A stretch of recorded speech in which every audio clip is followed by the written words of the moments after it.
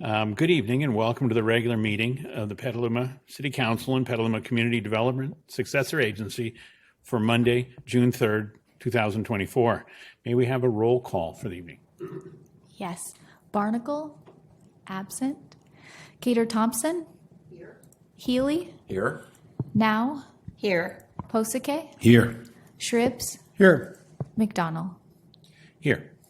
We do have a quorum. Thank you. We have closed session tonight, and I'd like to invite our city attorney to announce the closed session for us. Thank you, Mr. Mayor. I will be happy to do that. The council will confer with legal counsel regarding existing litigation under Government Code Section 54956.9, Subdivision A. The case is Melissa Lawrence versus City of Petaluma, Workers' Compensation Appeals Board case WCAB ADJ 139466642, claim number 573186. Thank you very much. And thank you. I'd like to open up a public comment period on just this, the closed session items. The public is invited to make comments on the closed session item. Public comments are limited to 3 people. And I'd like to ask the clerk if we've received any emails ahead of time on this. We did not receive any public comments on this item. Thank you. And as I see no one in the room and we have no cards submitted, the public comment period is closed for this matter. And now we will adjourn to the closed session, and we will return to the regular session of tonight's meeting at 6:30 or at the conclusion of the closed session, whichever comes later. Thank you.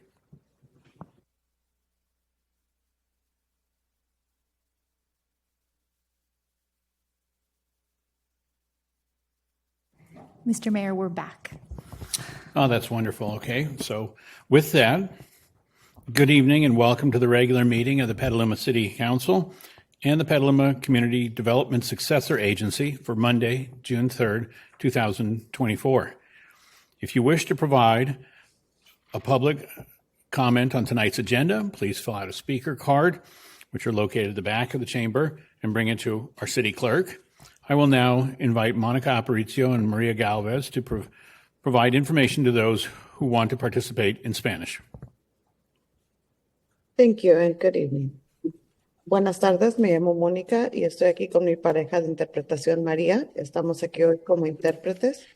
Hoy este evento se llevará a cabo en español e inglés. Se usarán ambos idiomas activamente, así que usted podrá elegir un canal para participar en su idioma preferido después de que le hayamos explicado cómo funcionará la interpretación. Estamos usando la función de interpretación de Zoom. Después de que termine esta explicación, se activará la función de interpretación. Si usted está conectado con su computadora, verá un icono de un mundo en la parte inferior de su pantalla. Si usted está conectado con su tableta o teléfono, pulse en más y verá un menú que incluye la opción de interpretación de idiomas. Para escuchar la interpretación, pulse el icono del mundo o interpretación de idiomas y a continuación elija su canal de idioma. Gracias. Thank you. We're ready. And thank you. May we have our roll call for the evening, please? Barnacle? Present. Cater Thompson? Here. Healy? Here. Now? Here. Posake? Here. Shribs? Here. McDonald? Here. We have a quorum. Thank you. Let's rise and say the Pledge of Allegiance. Pledge allegiance to the flag of the United States of America and to the republic for which it stands, one nation, under God, indivisible, with liberty and justice for all.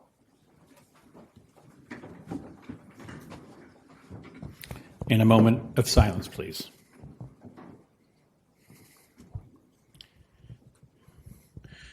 Thank you. On tonight's agenda, we review first agenda changes, deletions to the current agenda as posted. And looking up and down the dais, I don't see any hands waving, but I do have one I'd like to make for staff's benefit, basically. Is we'd like to move item 17, which is our budget item, up to follow the consent calendar. I believe we really gave it the once-over at our last meeting, the workshop. We've had time to see the staff response to get us to a final budget. And does that meet with agreement from the council?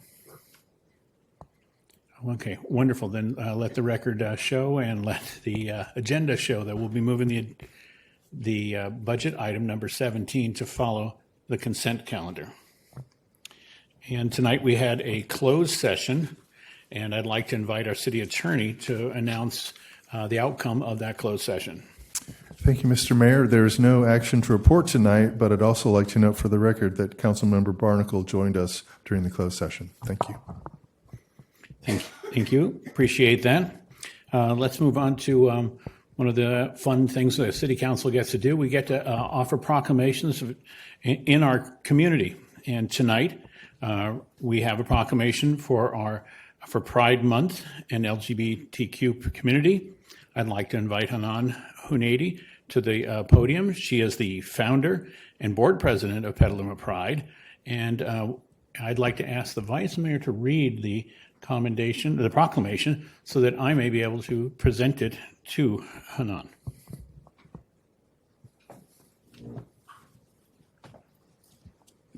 And you'll have a couple of minutes afterwards if you want to say something, but come to the podium if you like. Yeah. Okay, the city of Petaluma has a proclamation for Pride Month, June 2024. Whereas the mayor and the honorable members of the Petaluma City Council, the governing body of Petaluma, California, do hereby unite in solidarity and common purpose to recognize, honor, and celebrate the diversity, shared humanity, and civil rights of our entire community and all its residents. And whereas each of us were born into the world the way we are and should be able to live without fear of prejudice, discrimination, violence, or hatred based on our race, ethnicity, religion, gender identity, or sexual orientation. And whereas the Petaluma community includes people of all ages and races who are lesbian, gay, bisexual, transgender, queer, LGBTQIA+, and each of us should have the same unalienable equal rights, benefits, and responsibilities that are shared and enjoyed by each of us. And whereas embracing and celebrating our individual identities and commonalities as humans helps to further bring everyone together and brings the development of our society. And whereas the history of the world has shown that continued human progress and the success of society and civilization has been built on a foundation of inclusiveness and acceptance. And whereas embracing our differences helps to fulfill the principles and creed written into the founding documents of our great nation, in that our individual destinies and that of our families and communities include not only the aspiration of our federal constitutional republic, but the support and success of all our citizens in realizing the fulfillment of its promise. Now, therefore, be it resolved that Kevin McDonald, Mayor of Petaluma, along with the members of the entire Petaluma City Council, do hereby proclaim the month of June 2024 as Pride Month and bring the attention of all our residents that we may join together in honoring our diversity and our community. And thank you for being here. And please take a couple minutes to say what you like. We would like to thank the city of Petaluma for this proclamation and acknowledging our rights for safety and freedom to be who we are, who we were born. It is certainly not a choice, though some people would still very much like for society to believe that to be true. We were born with our skin color. We were born in our family of origins with various cultures and various regions, and we were most certainly born gay, lesbian, bisexual, pansexual, transsexual, and anything else on that spectrum. We can't choose who we are, but it is so important that our youth feel safe in this community, and that is why we started Petaluma Pride. I think I'm speaking for probably everyone standing here when I say that if I knew it was okay to be who I am when I was in high school, my life would look very different. My choices would have been very different. My love for myself and my self-acceptance would have been vastly different. It is all of our responsibility to ensure that every young person in this society feels safe here, and not just safe. That's the bare minimum, that they feel celebrated, that they feel reflected, that they feel important. Thank you.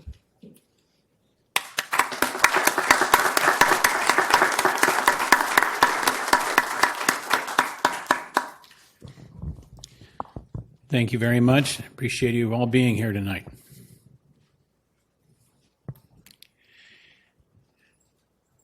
Moving to general public comment.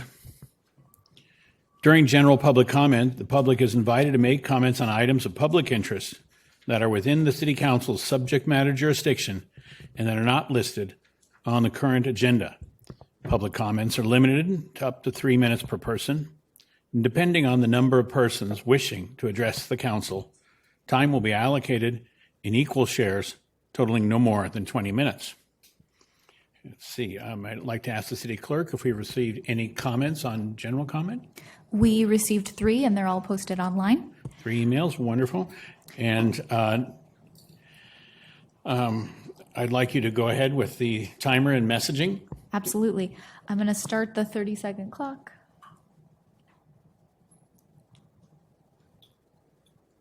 Maybe.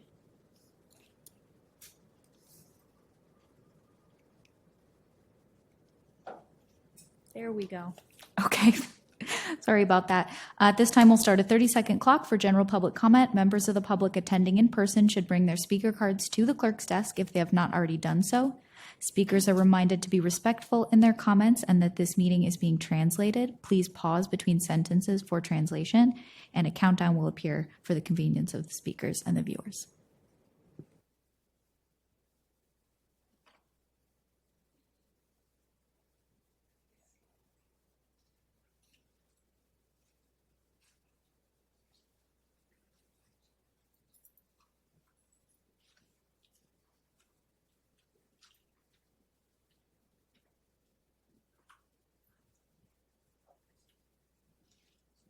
Thank you very much for that intro. I have 4 cards in our collection tonight to speak, and that allows 3 minutes each for each person. And I'd like to invite Catherine Babowski to speak first, followed by Julia Norton.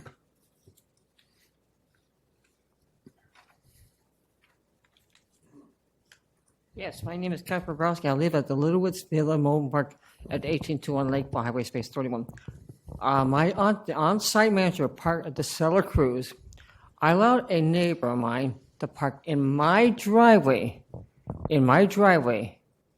not on the street, not on the fire lane, and she's giving me a 7-day notice. But her family and the Cellar Cruise is illegally parking on the fire lanes, double parking on the fire lanes, all mornings, afternoons, evenings, weekends, and holidays, and parking where it says no parking, not obeying the state California dog leash laws. I got pictures to prove it. And yesterday, I had a friend that drove me home. He caught the manager, her family, illegally parked on the fire lane. On the fire lane. All morning, afternoon, evening. And she's in violation. And she's also illegal trespassing, too. And then she has another family member, that's space 11, who had parked 2 vehicles in his driveway. He doesn't have one single vehicle parked in his driveway. He's parking against my place, which is not a legal parking area. This manager, the Cellar Cruise, and the owner's Harmony is in violation. Thank you. Julia Norton, to be followed by Sandra Shan. Hello, and thank you for allowing me to speak this evening. My name is Julia Norton. I live on Dover Lane. It's a lane of about 8 houses across from Kenilworth Junior High. And the residents of Dover Lane and the neighbors nearby signed a petition and asked me to present it to the City Council. So it's kind of just a couple paragraphs. I'm going to read it, and then I can leave it with the clerk. My glasses on here. Petition request for painting of the new bus shelter at Kenilworth Junior High. Dear Petaluma City Council members, we, the residents and neighbors of Dover Lane, were surprised to see 2 neon blue-colored bus shelters installed across the street from our houses at Kenilworth Junior High. We were not notified in advance to allow us to share any feedback or input. Therefore, We are now respectively requesting a modification to help mitigate the effect on our views and quality of life. We enjoy living in a green neighborhood with farms, vineyards, and ag space abutting the school. We value the trees and the green space at the school. Neon blue colored bus shelters seem more appropriate for a transit center or commercial area. The bus route and the stop at Kenilworth operate solely for the students. It's only at times when school is in, so for instance, all summer long, it wouldn't be used. The bus, our neighborhood is part of a planned community, homeowner community, and we're under guidelines, for instance, that we can't paint our house a color like a bright neon blue color. We note that just a few blocks away on Riesling Road, the bus shelters are a muted green color, more natural color. So we would like to see a similar color for the bus shelters at Kenilworth. We appreciate your support for our request to paint the bus shelters. And since the signatures, a couple of the neighbors noticed that at Casa Grande, right about the same time, they did install also 2 bus shelters, new ones at Casa Grande in the east side, and those are green. So we're really, we're kind of excited to see that, hoping that we could just have ours a green color. And I've got 12 signatures, so I'll leave this with the clerk. But I guess in closing, just want to mention, we know that the City Council is very busy. You've got critical issues, real city decisions to make. So we hope you find this is a minor issue with an easy solution for us. Thank you. Thank you. Sandra Shan, to be followed by Nicola Fry. Thank you. I'm here to represent the Appleseed Monthly Meeting, a local Quaker group, and affirmed by our clerk, DJ Bloom. The members of Appleseed Monthly Meeting of the Religious Society of Friends grieve deeply the violence in Israel and the Palestinian territory, the rise of anti-Semitism and Islamophobia, of anti-Jewish, anti-Arab rhetoric, as well as other forms of xenophobia in our community, our country, and around the world, is in direct contradiction to something central not only to our Quaker faith, but to faith communities around the world, that there is that of God in everyone. The violence in Gaza and the West Bank has already claimed the lives of too many Israelis and too many Palestinians, and the majority of the victims are mothers and children. Millions of lives are at risk if violence continues. We add our collective voice to others, both faith communities and secular organizations across the world, who call for an end to the violence. We call on all parties to be in accord with international humanitarian law. We ask for an immediate ceasefire by all parties, and through diplomacy, a permanent, just solution to the conflict, an end to all acts of terrorism and violence, unconditional release of all hostages and prisoners, unrestricted delivery of humanitarian assistance, and restoration of food, water, electricity, and medical supplies.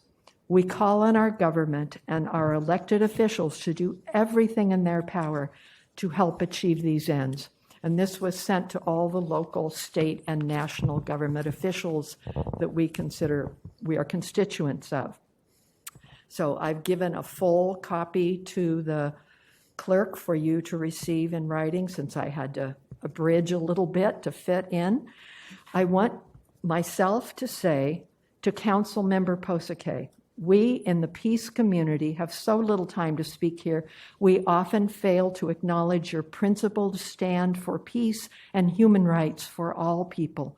We are very aware of your courage, steadfastness, and compassion, especially when we believe there is much political pressure being applied to members of this council. No one here is a supporter of Hamas. We are puzzled how peace, compassion, diplomacy, and the desire to see all hostages, prisoners, safely returned to their families became, in some people's minds, anti-Semitic. But please know that we very much appreciate your presence on this council and your principled stand for peace. Thank you. Thank you. Nicola Fry will be our last speaker of the evening. Oh, I'm sorry, we've got one more speaker after Nicola. Thank you. Go ahead.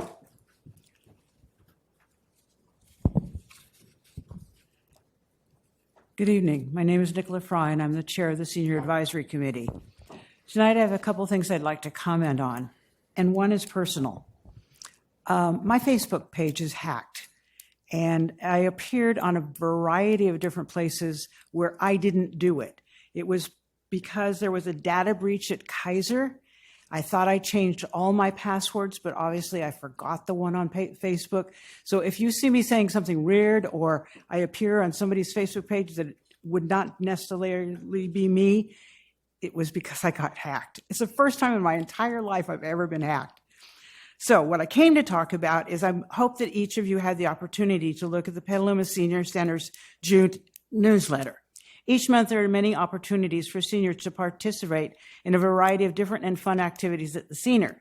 If you have the time, we would love it if you would stop in for a tour or a visit and see what is happening and meet some of the many seniors who visit there every day. Number two, it's my hope that anyone watching this meeting and here in the chamber seriously considers applying for one of the open positions on Petaluma's many commissions, committees, and boards. Being a member of one of the CCBs allows residents to take part in discussions, make recommendations about projects and issues that affect our city.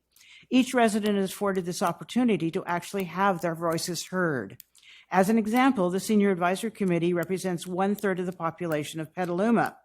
We provide advice about issues that affect seniors, and we work closely on the programs and activities that take place at the Senior Center.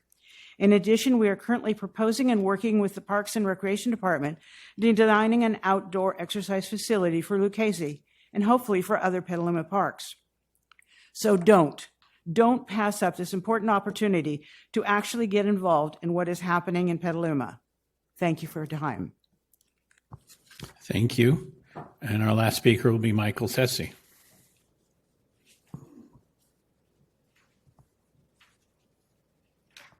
First of all, I apologize for being late. So you're kind of taking me out of sequence here. This is something very local. So Friday night, I went down to the Block House, and you guys set the rules to listen to my friend's high school band. They were playing, just put in an everyday event. And the end result is I received a $600 parking ticket. So you guys are responsible for this because I went down and I didn't see any signage in the parking lot in front of the Block Petaluma. I thought my truck was stolen. And I sat there in the parking lot at 10 o'clock. Now I didn't have anything to drink. And I looked around for any signs that say anything that I wasn't supposed to be there. So the end result is I take a cab down, I take a cab home, come back Saturday morning, pick up my truck, pay the $600 fine, and life continues. So my request is when the police department receives a tow, because they're the ones that are notified, because the end result is after I canceled my credit cards, I called them. And they said, oh yeah, your truck was towed. All right, where's it at? When the police department receives a tow, that needs to go someplace.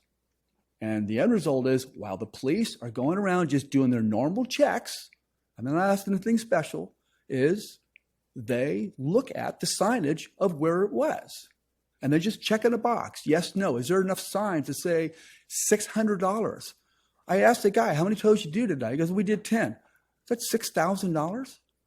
That's just for one night in Petaluma. And you guys get a cut of all of it. Believe me, I was thinking conspiracy theory because actually it does fit. It does fit. So I'm just asking you guys, $600 is a lot of money. I don't know who sets the rate, but you do in charge of the signage. So when the police get a report, they go down, they just drive around and say, oh, there should be more signs here. If anything, say, you're going to get towed at $600 minimum. And that's my request. I have some pictures here if you guys want them. I don't know. So I'm done. Thank you very much. Mr. Mayor, if I could ask the gentleman a question. So I'm going to go to Councilmember Healy first. if you'd like to make. Yeah, can you tell us, sir, if you were parked in the public street or in the private parking lot in I front was of in the... a private parking lot, ended up being AutoZone. Right, and I believe that the city didn't have anything to do with that. I'll ask staff to correct me if I'm wrong, but let me just say, we have some property owners who are very aggressive about contracting with private towing companies and engage in this kind of predatory behavior, but I don't believe the city has any involvement in that, and I would ask the assistant city manager to weigh in on You that. guys are in charge of signs. Yeah, I can confirm that. The city would not be towing from private property unless there's some extremely extenuating circumstance. There are, as the council member noted. And with that, private tow I'm companies going that to are say that we contracted. get back to our public comment experience, which is in public comment, you're entitled to make the public comment. The council takes things under advisement, right? But it is not a dialogue. My advice is submit this as an email, either to city manager's office or to council, myself, and that becomes more of a opportunity to dialogue about this rather than this moment, public comment period. Okay. So thank you very much for your time this evening. Okay. And we'll move now. All right, thank you. We will now move to our council comment moment. And, we asked the public to hold us 3 minutes on comments, and we asked council to hold 3 minutes on comment. And sometimes we get perhaps a little lax about that ourselves. And we do have a clock that we can see on our side of these computers, so we'll self-monitor here. And the council comments is a chance to bring up activities of our liaison assignments as a council person or other important council topics, but they need to be brief and concise. And so we're going to set the clock tonight, 3 minutes. And I'd like to start tonight with our Vice Mayor, John Shribs. Okay, thank you. Wasn't a lot of decision-making going on, but there's lots of activities. Petaluma had their expo, and I think just about all of us participated in that, showing off what we can do down in the future for climate change. There was a skate park meeting that was very successful, presented of the new plans, and so the citizens were there. So that went out really well. There was a climate roundtable, again sponsored by Petaluma, and we had like 30 people show up on that from all over town to discuss what can be done about climate change. There's was also an open space roundtable I participated in, helping out the GPAC process of coming up with our frameworks. And the last one I attended was a Petaluma Wetlands Alliance picnic, which is their annual event that they do. And they sort of like talk about what they've done this last year. And Petaluma Wetlands Alliance has brought back the education program, did 17 schools. They're still doing all the bird research and surveys and taking care of all the bird boxes in the Petaluma Wetlands, public wetlands, Ellis Creek and Almond Marsh, as well as Schollenberger Park. And we also do a lot of maintenance over there at Schollenberger Park and Almond Marsh. So that was all was reported at the PWA picnic, which was just yesterday.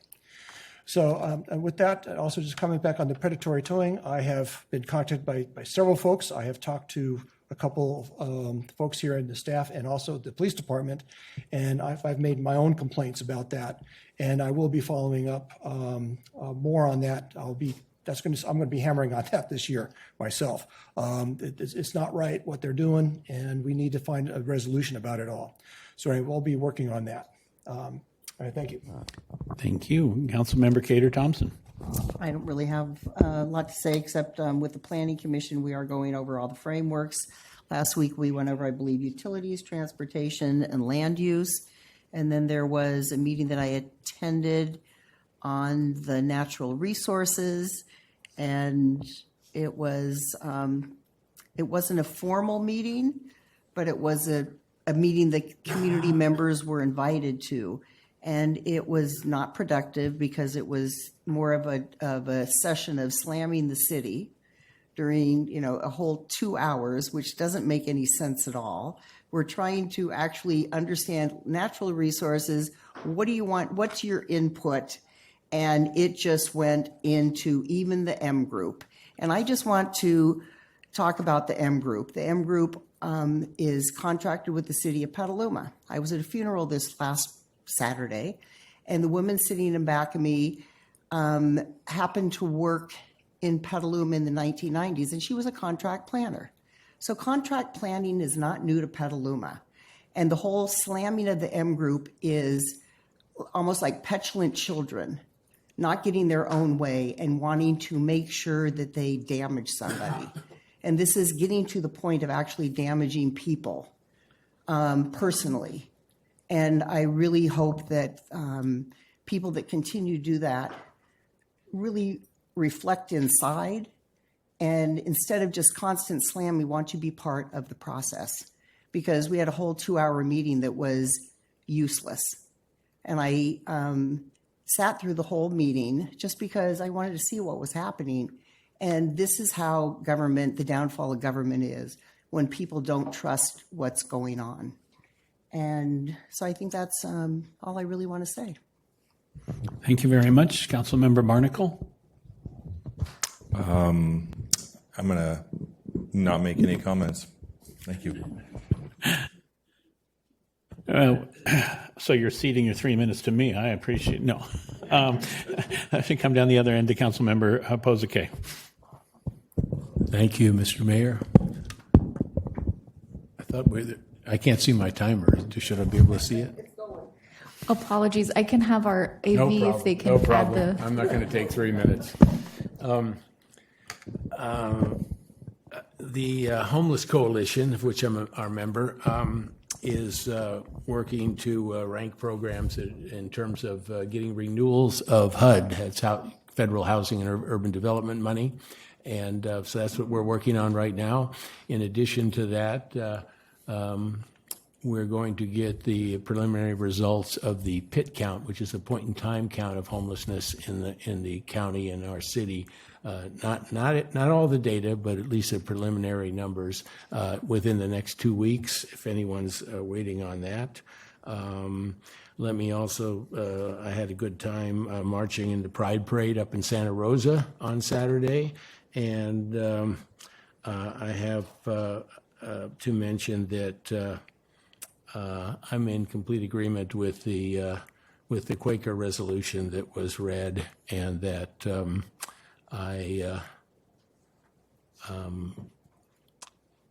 well, let's just leave it at that. Thank you. Thank you very much. Councilmember Now. Thank you, Mr. Mayor. I attended the Cool Petaluma event at the fairgrounds as well, and my mom was there with her observation beehive and with the 4-H kids educating people on the importance of bees and pollinators. Petaluma Little League is winding down their season with the playoffs, so I'm spending a lot of time at Lucchese Ball Field. Good luck to all the players, but there's lots of need in that park and in the parking lot, as it gets a lot of visits during baseball season and soccer season. Our very own Petaluma Visitors Program won top honors for its visitors program at Downtown Association by the Sonoma County Tourism Bureau. The Front House Award went to our very own Liam Richardson from Torches Restaurant. Congratulations to Liam for not only winning, but for overcoming his special needs with Down syndrome, and to Torches Restaurant for his employment. Coming up in July, downtown is Petaluma's Art and Garden Festival on July 14th. They need volunteers. So if you'd like to give back to your community, find out how you can volunteer that day. They need everything from daily cleanup to event ticket sales. I was pleased to see so many people at Saturday's ribbon cutting at Leghorn Baseball Field. Over 2 decades to build and construct this wonderful asset to our community. But we still need to complete it with revenue for grandstands and restrooms. We said a sad goodbye to our own Petaluma Pete yesterday, and our community will miss him immensely, especially the downtown music on our evening serenades on the corner. Don't miss the Petaluma Airport's Display Day on Saturday, June 15th from 10 to 3. The Petaluma Area Pilots Association and our own airport committee, which I am the liaison, will have a pancake breakfast along with numerous educational and fun aircraft activities planned for the whole family, plus automobiles like Corvettes to see. You can eat lunch under the wing of one of the FedEx planes, talk to the pilots, learn how first responders protect us. Thank you to the Petaluma Police, Fire, and hospital staff for participating in this day too. Do you know someone who wants to fly for the first time? The Eagles flights that day for 18 years and over will be available. Civil Air Patrol is a wonderful group of kids, 12 years and older, who love aviation. And congratulations to all our local high school graduates, many whom were in my class as preschoolers, so I'm feeling rather old. Thank you, Mr. Mayor. Thank you. Councilmember Healy. So I don't have any liaison reports, but I'll just mention two things. First, let's see. As Nicola Fry, my Facebook page has apparently been hacked as well. So if you see anything that's weirder than usual coming from me, I've forgotten my password years ago, so it's definitely not me. So I don't know. Secondly, more substantively, I'm not bringing this up under the tentative agenda item because I don't want to see it put on the next agenda, but I would like to see at one of our meetings in July, the council have the opportunity to support a resolution opposing countywide Measure J, which is the factory farming initiative, which would have a devastating effect on our town and our surrounding countryside. So I'd be happy to work with staff on that if you'd like, but let's do that in July. Thank you. Thank you very much. Great topic to bring up, much appreciated, very impactful on our county. For myself, so many of the meetings we go to, so many of the council are all at. And it's kind of interesting that way. At the Cool Petaluma Expo at the fairgrounds is a great new use of the fairgrounds. Really glad the staff stepped up to help get new uses onto that property. But at St. John's, there was a discussion group on transportation hosted by Cool Petaluma. And you find at those meetings, when council's all in the room at the same time, we're very guarded about what we can actually say and contribute to the meeting like that. So if you don't see us jumping up, which we always do here, it's because we have to be a little guarded at those meetings. In Measure O, which I sit on the Oversight Committee, I believe there's staff has just received confirmation that we'll have safe team funding from them into the new year, which is a real win for the city and the city's budget later on the agenda tonight. I had the opportunity to attend Petaluma High School's Peace Pole installation. I'm very grateful to Vietnam vets that were there. It's the third or fourth that they've done in Petaluma, but they intend to get to every school. And so it's really a great program. The ribbon cutting at the baseball fields out there at Petaluma Community Sports Fields was well attended. We were able to honor some of those who were in there at the beginning 20 years ago with me, and then it got all the way to having a new diamond, a full-size diamond, a thing that we didn't have in our community for our youth. I attended the Caulfield Bridge neighborhood meeting, and it's very interesting to see what the most directly impacted people feel about a meeting. Staff, I think, performed wonderfully at taking that input from people and being able to turn it to a better project for us. I also attended Amor por Todos' celebration and fundraiser, and I bring that up in light of Pride Month. And I just have to say that with their mission being to join schools and communities in innovative intersectional approach to cultivating more gender and LGBT affirming environments for our youth, that hits right hard on the mission that we saw from our Pride representatives tonight. And let's see here. And I just want to also note that our Petaluma Fire Department got national recognition for their CARES program, and it's always fun to see our local people get news in the national press. And so with that, I'll move to our next item, which would be our city manager's report in. standing in for our city managers, or assistant city manager, Brian Cochran. Please take it away. Thank you, Mayor, and good evening. Just 2 items today. I just wanted to first reiterate the call for our community members who are interested to please apply to be on our committees, commissions, and boards. Those applications close June 6th. We welcome anybody with a diverse range of experience to sit on one of those committees. And you can download the application at cityofpetaluma.org/ccbs. And then secondly, wanted to flag for the council and community that very shortly as this week perhaps, we will be releasing the first episode of our One Petaluma podcast. So would love to folks to go check that out. The first episode will be on our communications program and how people can communicate with our city and how we are trying to communicate with them. But we plan to have about 1 episode per month with a variety of topics like homelessness, safe streets, our emergency management program, etc. So hopefully you'll see that either in this week's weekly update with a link or the following one. So excited to roll that program out. Thank you. Thank you. Next on the agenda is our consent calendar. And it has 14 items tonight. And I'm looking up and down the dais for anyone who has wants to lift an item for separate vote. No. Or who has a question or comment for staff before we move to public comment. And I have just the one idea. We have in here our landscape assessment districts. And I just like to ask staff there. That's just more of a kickoff, right? It's not the last word in what's going to happen with the landscape assessment district in this year's budget, correct? That's correct, Mayor. This is the first agenda item, which will kick off the preparation of the engineers' reports, and we'll be back in early August with the final item to approve those assessments for the upcoming tax rolls.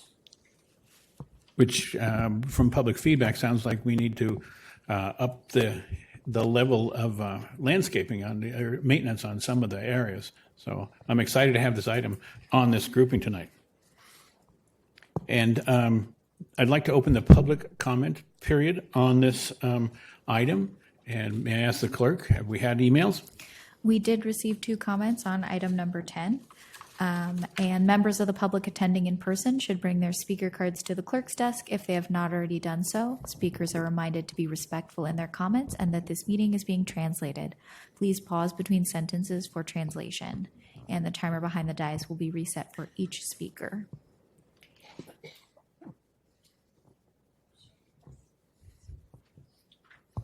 Looks like we will have a speaker tonight. And I'd like to invite Bryant Moynihan to come to the dais, and the clock shall be set at 3 minutes. Thank you, Mr. Mayor. Good evening. I was encouraging you as a council to pull from the consent calendar items 4, 11, and 12, and give them a little more consideration before you vote on them. Item 4 deals with revenue bonds. It's a report that indicates that $19,125,000 for street improvements. Those bonds were put out over a 30-year term, and I'm questioning why so low of an amount. As I understand it, your Measure U funds are bringing in about $16 million a year in sales tax revenues. You could bond 10 times that amount without a problem and put them back into the streets today, and that is a concern. It kind of indicates that those funds are not being leveraged properly and the street improvements are being neglected. Item 11 deals with buying office furniture or panels for 1318 Redwood Way. And I'm disturbed you guys are leasing additional offices up in Redwood Business Park. That's a nice building, but it's already got plenty of office partitions in it, and I'm sure they give them to you if you ask.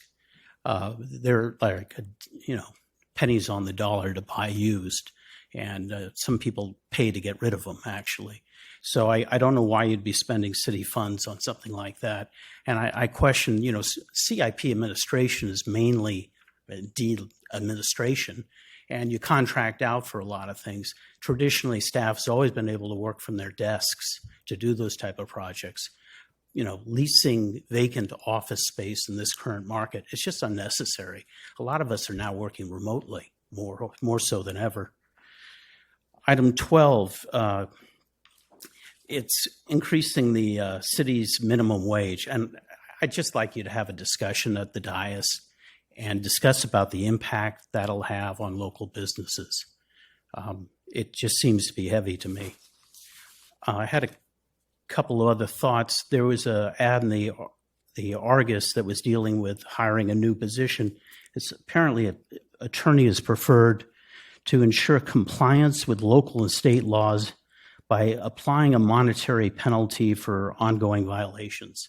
And so we're going to have someone coming in, as I understand, hired in addition to the staff you have already, to go after individuals for violations. And I don't know if this is the sidewalk ordinance you're talking about or parking infractions or what, but it seems to me that that's not going to gender a lot of good feelings among the community, and you may want to consider holding off on doing that. So thank you. And I appreciate the clerk including my letter to you regarding the budget matters and considering a position control report before adopting your budget. Thank you. Thank you. We have one more speaker on the consent calendar. That is Jacob Garna. Gamba. Anyways, I wasn't really prepared to speak, but I just wanted to, he mentioned something about the minimum wage and just something to consider as well as I've been in the restaurant industry for a long time, and as the minimum wage goes up, I understand that it's really important to provide a living wage, and even the proposed living wage isn't even enough to live in Petaluma.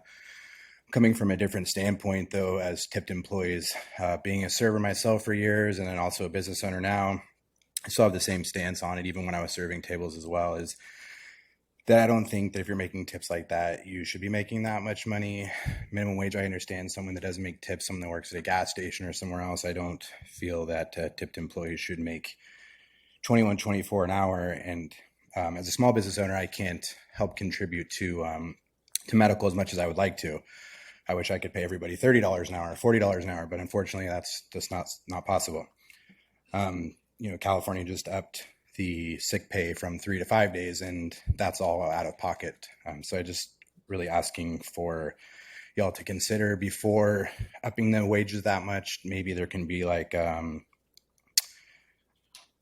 different wages for tipped employees and non-tipped employees or something along the way, since there's going to be two different amounts, whether you contribute or not. Maybe there can be, maybe since we're not contributing towards benefits, maybe since we're kind of contributing towards them making tips. I don't know. I'm not quite sure. But anyway, I just wanted you all to consider that before you vote on upping the minimum wage for Petaluma. Thank you. Thank you. We really appreciate your being here and speaking in public comment. I think some of the comments tonight are a little complex to answer and some are more direct. And I'd like to invite our attorney in to touch on this living wage ordinance. Thank you, Mr. Mayor. I'll be glad to do that and hopefully simplify things rather than make them more complicated. So just to clarify, item 12 does not relate to the city's minimum wage regulations. It relates to the city's living wage regulations. And those regulations do not apply as broadly as the city's minimum wage does. The city's living wage regulations, which actually have been in place longer than the city's minimum wage, apply to businesses that benefit from public funds, and more particularly, in addition to applying to the city itself, it applies to contractors who receive contracts above a specified value from the city, also to lessees of city property, and some grantees who receive city funds. And so those rates apply to, with some exceptions, including for nonprofit organizations, they apply to those entities in the community that are benefiting from public funds through contracts or leases with the city. So hopefully that provides some helpful clarification that there's no action being taken with respect to the minimum wage regulations that we have that do apply to all employers in the city. Thank you. Perfect. Thank you. Also, if I may, City Attorney, There was a mention of an attorney for violations. Do you have understanding or comment back on that particular item? I don't think I think that's for a staff person as opposed to outside counsel. If we don't have an answer, we'll move on. Because we're, as the council knows better than anybody, I'm personally responsible for all the city's legal services, including those we provide in my office and those we work with colleagues outside our office to provide. And that's a new one on me. So I don't know if. Again, with public comment, it's often best to have them in writing, and that allows us to initiate the research and comment appropriate.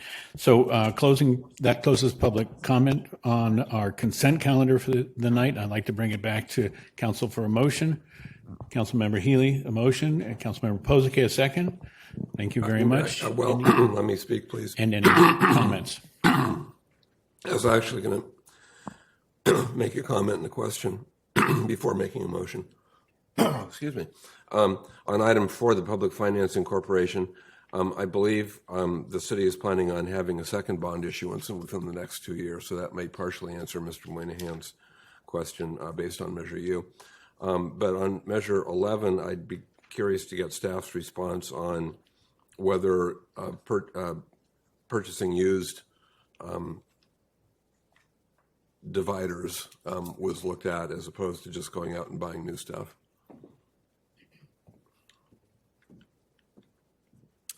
Thank you, Councilmember Healy. Happy to offer some context and clarification. The office partitions that are in the consent calendar tonight are new, but they're offices. They are full height, windowed private offices that are not available used and were not available in the building. In fact, all of the workstations have been furnished by previously owned used workstation cubicles, storage tables, desks. All of our conference rooms have been furnished by also previously owned material. In fact, we have filled our office space with almost entirely used furnishing. So this one item is for the addition. We needed 4 additional private offices. These are for supervisor and above level staff for the level of acoustic privacy that is often needed for our staff that is supervising personnel. And these particular offices are basically they're pre-manufactured panels, acoustically sound, floor to ceiling, but for like the upper fraction of an inch, and provide that level for us at a great price, much less expensive than if we had tried to build these with studs and drywall and all of the accessories that would come with contracting for a tenant improvement. So. Thank you. Thank you. I appreciate that. And with that, I will now move the consent calendar items 1 through, 14. Wonderful. Thank you. And the second is by Posake. And any other? No? Then let's go to roll call vote. Barnacle? Aye. Cater Thompson? Yes. Healy? Yes. Now? Yes. Posake? Yes. Shribs? Yes. McDonald? Yes. Motion carries. Thank you very much. And this is the point in the agenda where we made that change earlier, if you recall, and brought item 17 forward here to be heard at this moment. And let's see, so 17 is the preliminary fiscal year 2024-2025 City of Petaluma budget, adoption of city budget resolution, and introduction, first reading of the fiscal year 2024-25 city appropriations ordinance. And to help us through this matter, we have Jesse Gooch, our finance director. Please take it away. Thank you. Good evening, Mayor and council members. So tonight, we are asking you to adopt resolutions to authorize the budget and the list of authorized and funded positions for fiscal year 2024-25, as well as introducing the appropriation ordinance. So the draft budget was delivered to you on May 6th, and we held the workshop on May 20th. Based on your feedback at the workshop, we have made a few changes to the budget before bringing it back to you today. We have added $675,000 to the trestle rehabilitation project and $450,000 to the Safe Streets Quick Builds project. We have adjusted the timing of the D Street sewer and water main replacement projects so that they occur prior to D Street improvements. And we've added the Parks Master Plan as a future project in fiscal year 2026-27. And we've also increased the Senior Center's operating budget by $100,000. Sorry, Jesse, if I could just have you slow down a little bit for our translation. I got so excited about these changes. I always do this. Okay. So the budget before you tonight totals $313.8 million across all funds, $77.4 million of which is for the general fund. It adds 20 new positions across city departments and is committed to furthering the goals and priorities that you have set. We have streamlined the adoption process by bringing just one ordinance to you tonight instead of several, and we hope that we have your approval as we look forward to the new fiscal year beginning July 1st. So now I'm open for any final questions. Thanks so much. Bringing it back to council. Like to look across the dais and see if we have any questions on here. Councilmember Healy. So thank you. On the Safe Streets Quick Builds, there was mention in the memo we received today about possibly using our budgeted dollar as match for other grants. What kind of grants are we talking about, and what are the probabilities on that?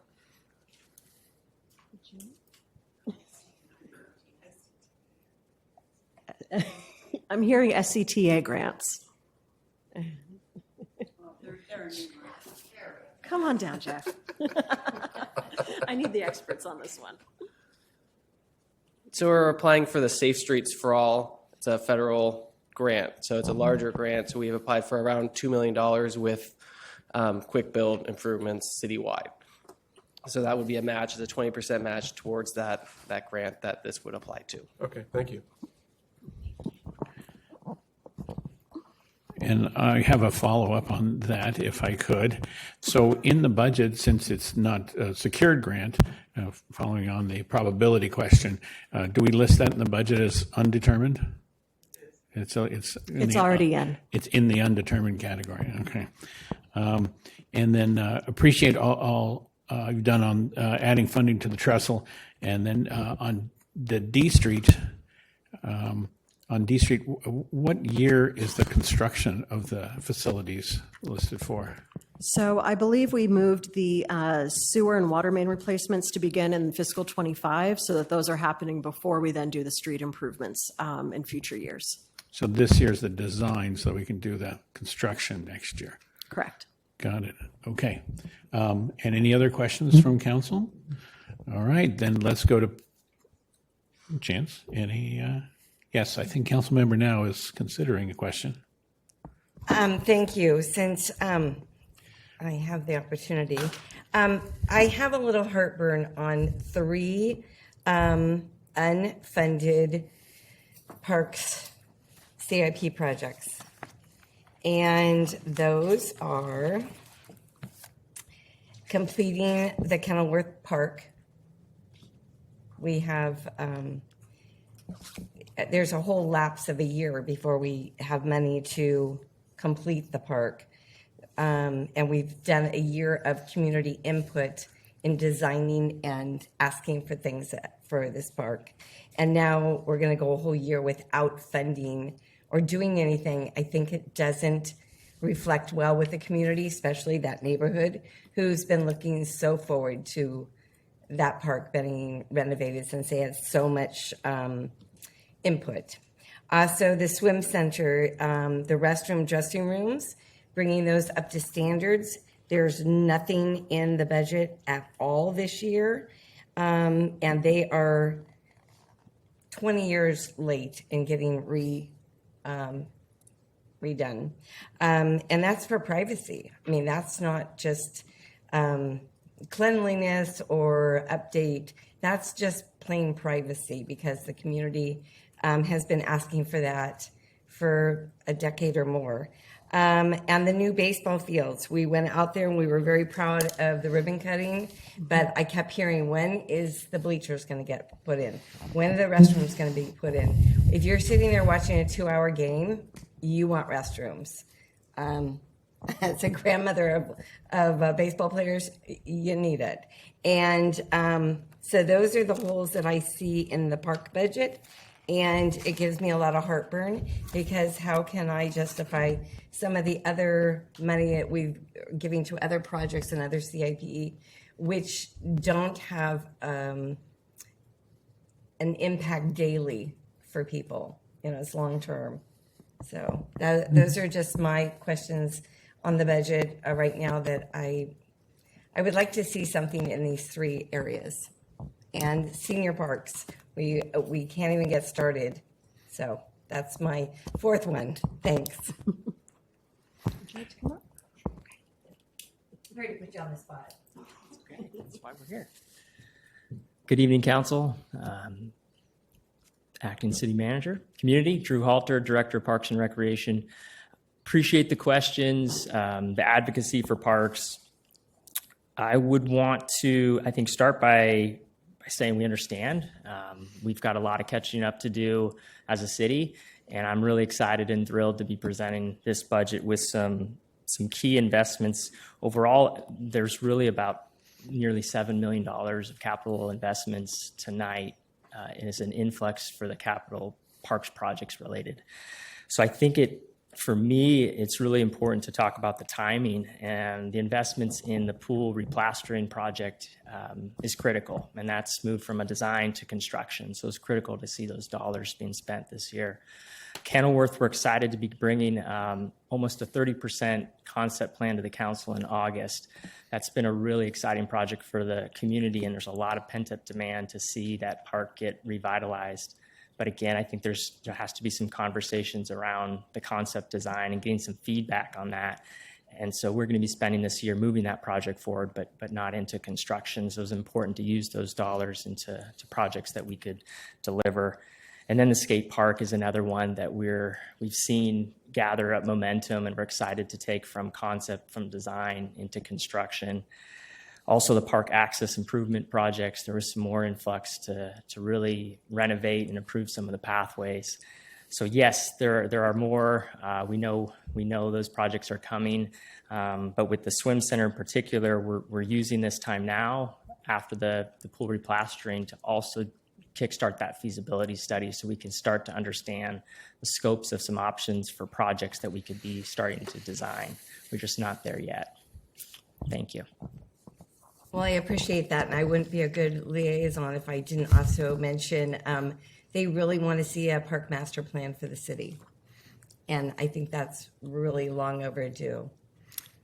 We hear that. We absolutely support it, and I know the liaisons before you are pushing it forward. We're excited to see it for the first time daylighted on the budget as a priority, and we're all for it. So thank you. Well, those are my heartaches. Wonderful. Then I'd like to open it to public comment, and I'd like to ask if we have any emails and if you'd proceed with inviting the public to participate. We did receive one comment, which is posted online. Members of the public attending in person should bring their speaker cards to the clerk's desk if they have not already done so. Speakers are reminded to be respectful in their comments and that this meeting is being translated. Please pause between sentences for translation, and the timer behind the dais will be reset for each speaker. We do have one in-person card so far. Wonderful. I'd like to invite Sandra Shan to come and speak to the public on this budget.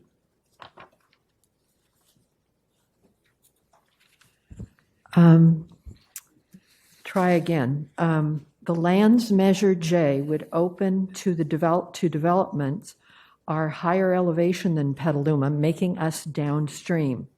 Paving tracts of land that formerly retained water directly affects West Petaluma neighborhoods and could overwhelm the infrastructure upgrades we won 25 years ago to exactly address this issue of water impact from development to our west.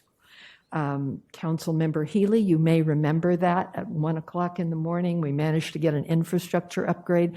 There was a bike path thrown in there and the new ball fields at the time and what kind of turf would be. So this is a very real issue, and I will talk to you later because obviously it needs a little more explanation than this. Also, development to our west.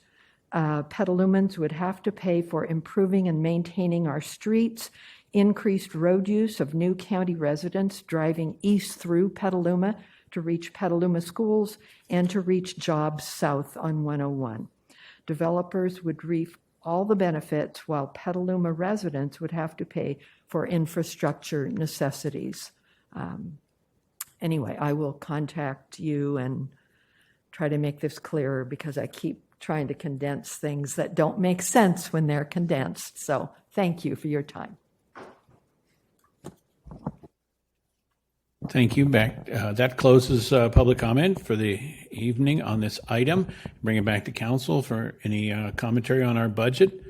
And I'd just like to take a minute on the lead off that it was wonderful being out of the ballparks this past weekend, and it was wonderful being able to throw a few dollar facts out there. I know back in 2005 when we were trying to do it privately, it never was going to happen privately. And when we tried to do it with a ballot measure in 2012, we got 62% of the people to vote for ballot measure, but it's 2/3. And that, so a ballot measure failed back then. But the city picked up the ball and carried it, and county open space helped dramatically to purchase of the entire, to invest in the entirety of the project. And we got 3 fields opened up there in about 2015. This 4th field, not till now, but the 3 fields opened with no restrooms for 10 years, well, for a couple of years before we finally found the next piece. And it seems like the way it is in some of our efforts is that it takes phases, and we build upon success. And yeah, to quote a line from a movie, everything will be fine in the end, and if it's not fine, it's not the end. So so we have to keep working to make the next piece of this come together. But the funding for the baseball field of $7 million was over $5 million. $5.5 million came from parks development fees. That's developer fees. So that we have been tucking away at every little development, every big development that came through town for a long time. Very difficult to find general fund money for this. We also found $500,000 worth of transportation occupancy tax fees. That's hotels. So when we have people coming to town, staying in town, liking what we have here, they contribute to making it better for us to live here. So that's a very positive, and that's where those monies go. You often wonder, where do those money go? What project is that? I think it's important that the city showcase that that's what they do with us, with these funds. And that was one off the top I wanted to say. I have a few other comments, but I'll ask the rest of the council who needs to weigh in on the budget. Councilmember Healy. Thank you. So, yeah, Sandra, do contact me because I don't really understand the connection between Measure J and the issues you raised. It's not going to, I believe, and I haven't read it front to back, it's not going to cover, it's not going to modify city zoning or county zoning or the city's urban growth boundary or any of those things, but feel free to contact me. With respect to the budget itself, I just wanted to say a couple of things. First of all, I thought Mr. Moynihan raised some interesting points in his email in terms of how we're prioritizing the use of Measure U funds. I thought his proposed solution was a little simplistic, but that doesn't mean we shouldn't be having a conversation around those issues going forward and what's the best mix of personnel versus capital needs, including streets. I was very happy to hear staff say that that the Trestle and the Quick Builds program is getting additional funding from what was in the initial budget. And I have to say that this budget is just so much better than what I've come to expect over the years. When I first started in this job, our then city manager, Fred Stouter, used to say every year at this time that we were doing less with less. And that's no longer what the theme of the budget is. So we're funding so many much more things that we were never able to fund in the past. And yet I will be voting no on the budget. And there's one specific reason for that, and that's the $3.4 million in the CIP for the Caulfield Southern Crossing for design, planning, and environmental and land acquisition. And I think that $3.4 million is inappropriate to spend because of the $56 million funding gap for the Caulfield project, which to me means that project has none chance of ever actually getting built. And it's interesting because just a few years ago, and I don't know if this is within the memory of most council members, then Mayor David Glass used to ridicule me for expecting that the Easter Bunny was going to come and pay for the Rainier connector. And now I feel the shoe's on the other foot in a way there. There's just no plausible funding mechanism for getting that $56 million. And to me, this looks like, as I said before, the California high-speed rail funding model, where we're going to spend a lot of money on something that's not useful and then act surprised when the rest of the money to complete the project doesn't somehow materialize. So I think it's time to take a pause on the Caulfield connector and really rethink how we can create a connector for this community that works. I think people in the community care a lot less than members of this council on which particular connector gets built. They just want one, and I think they'd be happy with that. But Caulfield at this point, I think initially people thought it was going to be cheaper than now it's turning out to be, and it's time to hit the pause button. Thank you. Thank you. Councilmember Cater Thompson. Well, I'd be happy to talk about transportation and costs. For many, many years, millions of dollars was spent on Rainier, knowing it wasn't going to be built. It was gaslighting the city for many years. 1999, Caltrans was willing to do Corona as a full interchange crosstown connector. That was axed, and I believe Mr. Healy knows that. The public is asking for a crosstown connector. The riverfront was approved with one entrance in over rail tracks, and that was it. And it should never have been approved without understanding how we were going to get more than one entrance in and out. The project was designed poorly. The Caulfield should have been what the design was around, but that's not what happened. And Mr. Healy, you were part of that project. And so when we want to start, throwing mud about why projects aren't done, we need to go back in history and see why projects weren't done. And it was all political reasons. And now we're playing the same gaslighting with Caulfield. Caulfield's important because it is an access road for public safety to get across the river. Right now, we don't have that ability. And we can't just keep saying, oh, I don't want to throw money at this, but you've been throwing millions at something that was never going to happen for years. And so I think this budget is very good, and I think we need to move on Caulfield. I think there does need to be mitigation when Caulfield is ready to be built, because it does go right down the middle of a neighborhood. And it was very bad planning, and we're trying to actually reverse bad planning. And that's where we're going. And to not support a crosstown connector is literally playing the political game. And I think we need to stop that. And so I'll be supporting this budget. Okay. Councilmember Now. I have to agree with Councilmember Healy that we need to pause on this crosstown connector.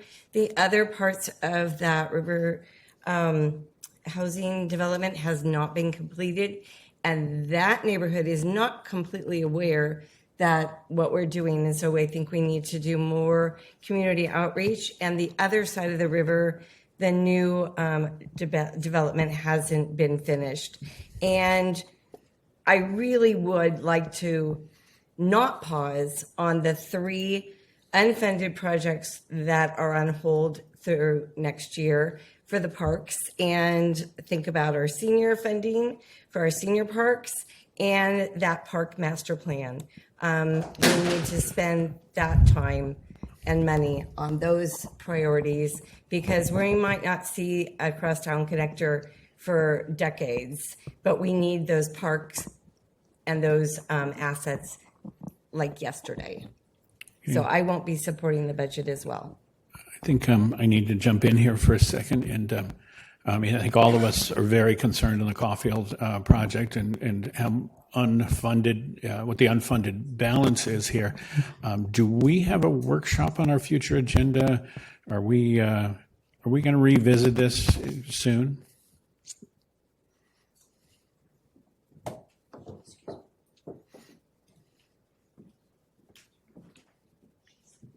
We do have a Caulfield workshop. It's not a workshop, it's a presentation on an upcoming council agenda. And during that time, staff was planning to present to council progress on the project, what we've been hearing from the community, and where we're at currently. Thank you. I just want to express my comfort that when we see that, it will help us keep a clearer eye on how we spend money this year, and that having it in the budget is important. Making the decision on how and when it gets spent is also important. So I'm comfortable at this level. And did I see a hand down here, Councilmember Barnacle? Yeah, I'll move the item. Thank you. Thank you. I think we're not quite there, but I'll remember who made the motion. And for myself, I'm very happy to see the trestle funding in there. That's obviously a big economic development boost for us in the downtown area. We need that. But I am concerned, and perhaps we should always all be concerned about our budget. I think we're at the heyday of our budget. It's the most it's ever been now. Last year was the most we ever achieved. But that growth rate is in excess of our revenue increase rate. So that's a little something to keep an eye on for the future years. And the budget does talk about outlying years. I want to make sure that our metrics and our infrastructure, we're not falling further behind. We're so far behind that we're actually catching up. And so I love seeing presentations that show, our PCR, pavement condition index, has risen by this much, and we expect it to rise more by this much, so that we can say, well, that's not fast enough, or that is fast enough. And we have not achieved our full capital budgeting in the past few years, and but yet every year was more than we had ever done before. And I'd like to see us get 100% of our expenditure this year. The money given to staff to do capital projects should be 100% expended, not come in at 75, and things like Caulfield will influence that. I think we have the right people. I think we just need to deliver the projects that need to be delivered. I'm also worried that our general fund, the obligations on it, Measure U, breathe new life into the city. But we're kind of at the end of what Measure U can do for the city. We're 85% of annual revenue from Measure U is going in the general fund now. And 85 is a lot of what was promised to fix both infrastructure and retool our staffing capacity. So I think some of the most important pages in our budget could be the 5-year pages, where we look out a couple of years. And there, so many cities around us are in budget troubles for a variety of different reasons. Novato, Santa Rosa, Sebastopol, and I think we need to worry about our economic development equally. More business in town, more TOT tax, like I was saying, will sustain the city. So I see this as our last go year, where Measure U has brought us from the doorstep of turning the lights out to being a full-service city again. But it might be the last go year, and it might be the resetting the norm after this year. And I think that everybody shares these concerns on council and probably in the community. But we do so want to see the achievements to make this town a better town. So thanks, Mayor? my thanks to staff. I'd like to make a comment. And Councilmember Cater Thompson. My comment's going to be on Measure U because I was on the Measure U committee, and one of the questions that I asked, because, I recognized that 5 years ago we didn't have any city staff, and what Measure U did was really make it that we could have a full-service city with city staff, and that's what we have now. Yes, we have contract planners, but that's just normal. And so for the first time in many, many years, we are actually acting as a full city, with all the services.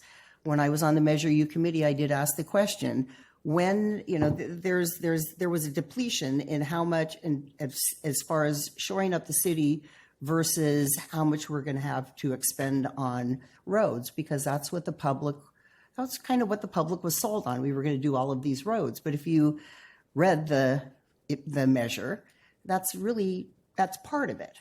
And the other part was shoring up the city. 5 years ago, we had a new city manager. We didn't have any money. We didn't have any staff, literally, in this building. And so this is what Measure U did for us. And there was going to be less for roads as time went on. And it was just, that's what you read if you read the ballot measure. I don't always go by the literature of what people are trying to sell you. I always read so I know what I'm really being sold. And that's what the council put on the ballot. And so we are going to have to look at what is going to happen with Measure U as the funds shift around, and they're starting to shift around. And I'm happy to look at that because that's what we are supposed to be doing. But I don't want people to feel as though we're cheating and we're putting money here and we're hiring all this staff. Well, we needed to do that. There was a reason behind it. Any good business would do that. And you're always trying to chase money. When we're talking about transportation projects, Sonoma County Transportation Authority that I'm on, there are millions that the city of Petaluma gets. We're always going after grants. So it's not just city fund taxes that are going toward projects, which, grants are taxes too. I mean, it's all kind of in the same pot, but they're just different names. And so it's complicated to run a city. But the citizens of Petaluma want a full-service city, and that's what we're giving them. And we have to work even harder now to get other projects done. And that's kind of the way it goes. But just always be aware when you're voting on something, know what you're really voting on.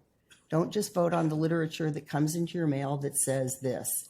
Read the ballot measure, because Measure U is doing exactly what Measure U was supposed to do. Thank you.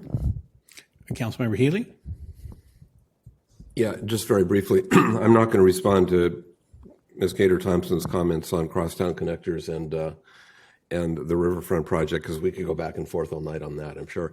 But there was one thing I neglected to say earlier, which is that my criticism of the Caulfield Bridge CIP project is in no way a criticism of staff. I think staff is doing the absolute best it can given the direction from the council majority, and that's who has responsibility for this. Thank you. Thank you. And with that, I believe we have a motion from Barnacle, and I need a second. And that's a second from Posake. And may we have a roll call vote? Barnacle? Aye. Cater Thompson? Yes. Healy? No? Now? No. Posake? Yes. Shribs? Yes. McDonald? Yes. Motion carries. Thank you very much. And thank you to staff. That's the biggest policy effort we make in a year, and we've got that under our belt, so congratulations. We're moving now to item 15. I need a scorecard to keep along here, but item 15 is a presentation discussion of policy options for establishing a parklet program known as the city's free range program to increase opportunities for creating public spaces in the public right of way. And to help us with this, I'd like to invite Brian O., Director of Community Development, to kick it off as soon as we load the presentation.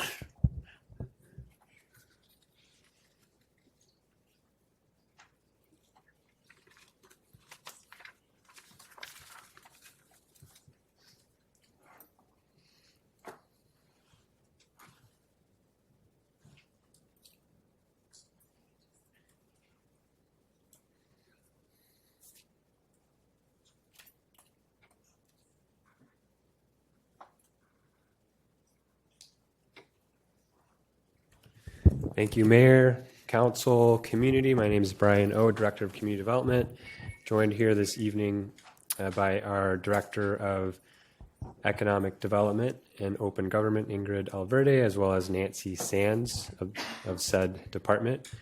Thank you for the opportunity tonight to speak with you and the community to facilitate a workshop about parklets. And this process is essentially 4 years in the making. Just a short agenda overview. We'll briefly touch on the parklet history here in town,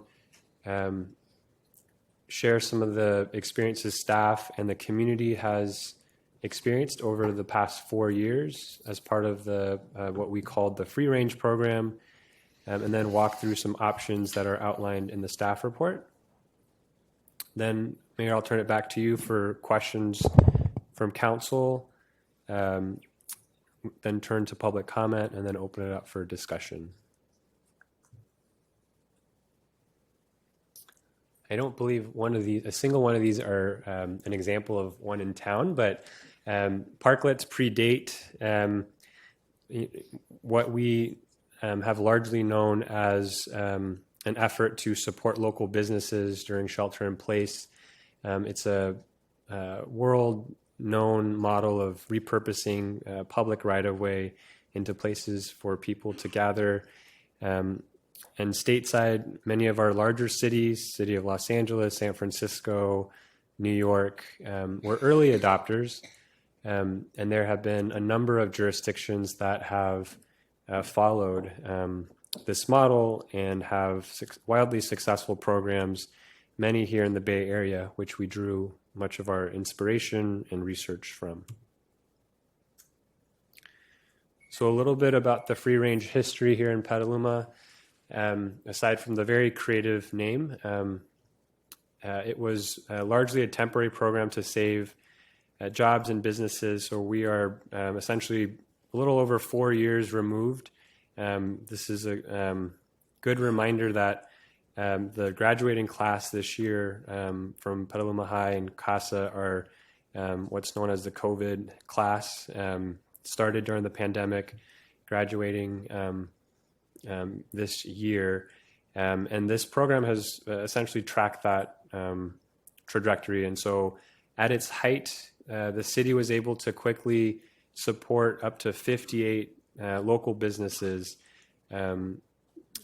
In addition to the ones that we see currently, a number of other types of industries, everything from yoga studios to be held outside, hairdressers to get business and haircuts done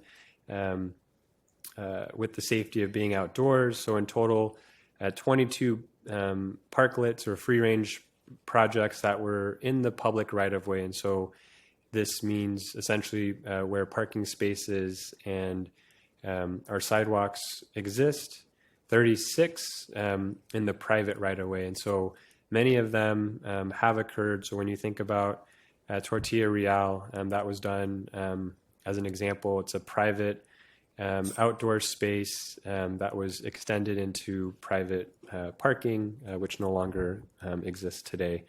And so there was, the city had to get creative, our merchants had to get creative, as well as our residents had to get creative during this time. As wonderful as our weather is, there were also, in order to support businesses seasonally during the wet weather, we did also support 30 locations with tents and canopies to keep business going during the wet weather. And then a total of 6 structures built, and we'll touch on this later. 3 of those supported by a Creative Sonoma art grant that was facilitated by our downtown association. This map is also in your packet, but it gives you just a high level of what's existing now. A total of 13 parking spaces or parklets that are currently in existence, which again, a number of the parklets have, there has been some attrition over the 4-year period.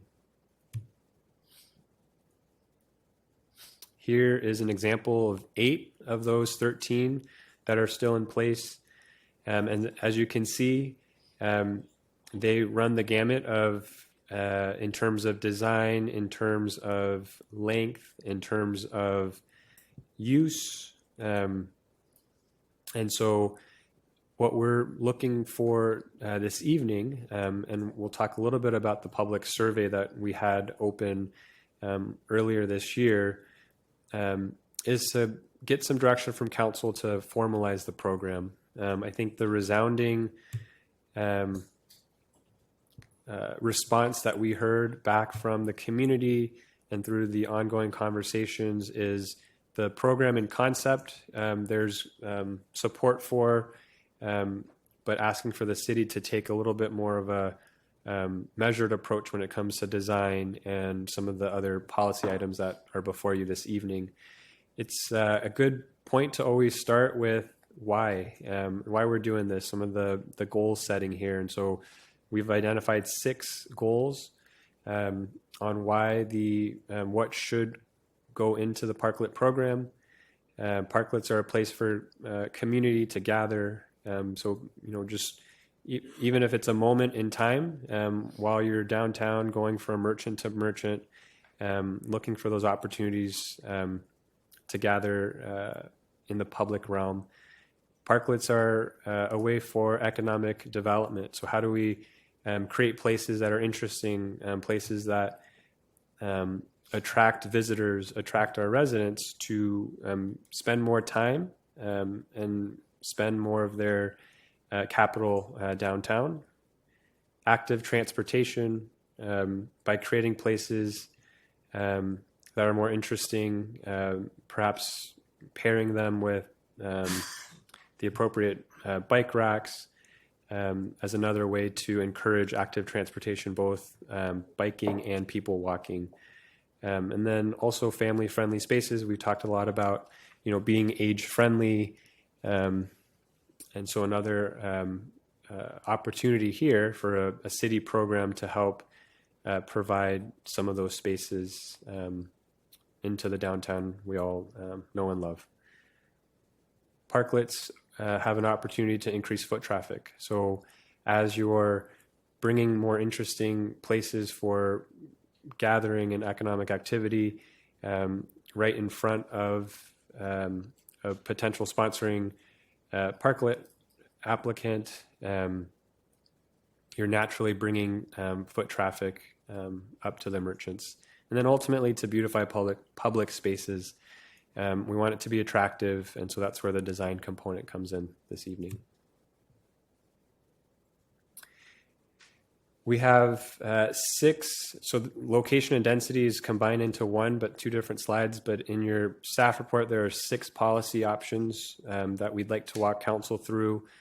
At the conclusion of the public comments, I'll come back and we can walk through, if the council chooses, to go through each one of those, perhaps through a straw poll, so we can get the needed input to move forward. And so just at a high level, this question about public versus private initially started as a public use, essentially a mini park, if you will. Again, during the pandemic, it was a tool to support local businesses.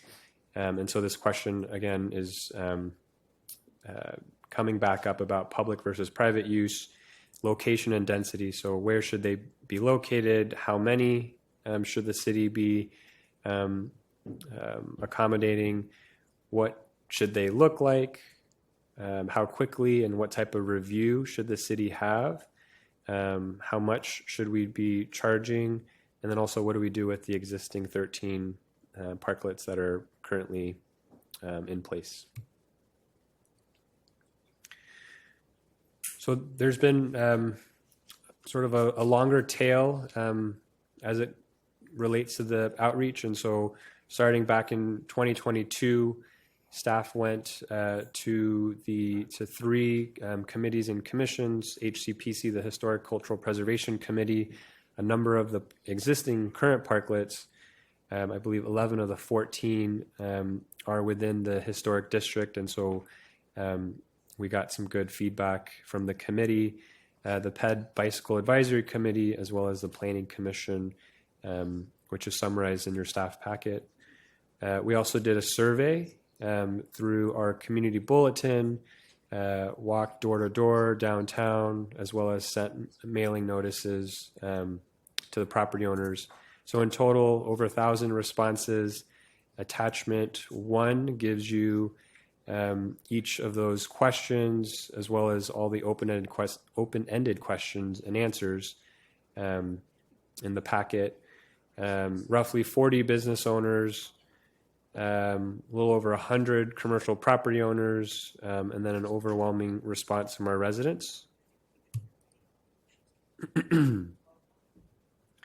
Policy item number 1, this question about public versus private or quasi use. 45%, so almost half of the respondents support a blend primarily dedicated to table service with public use as a secondary function. This is in alignment with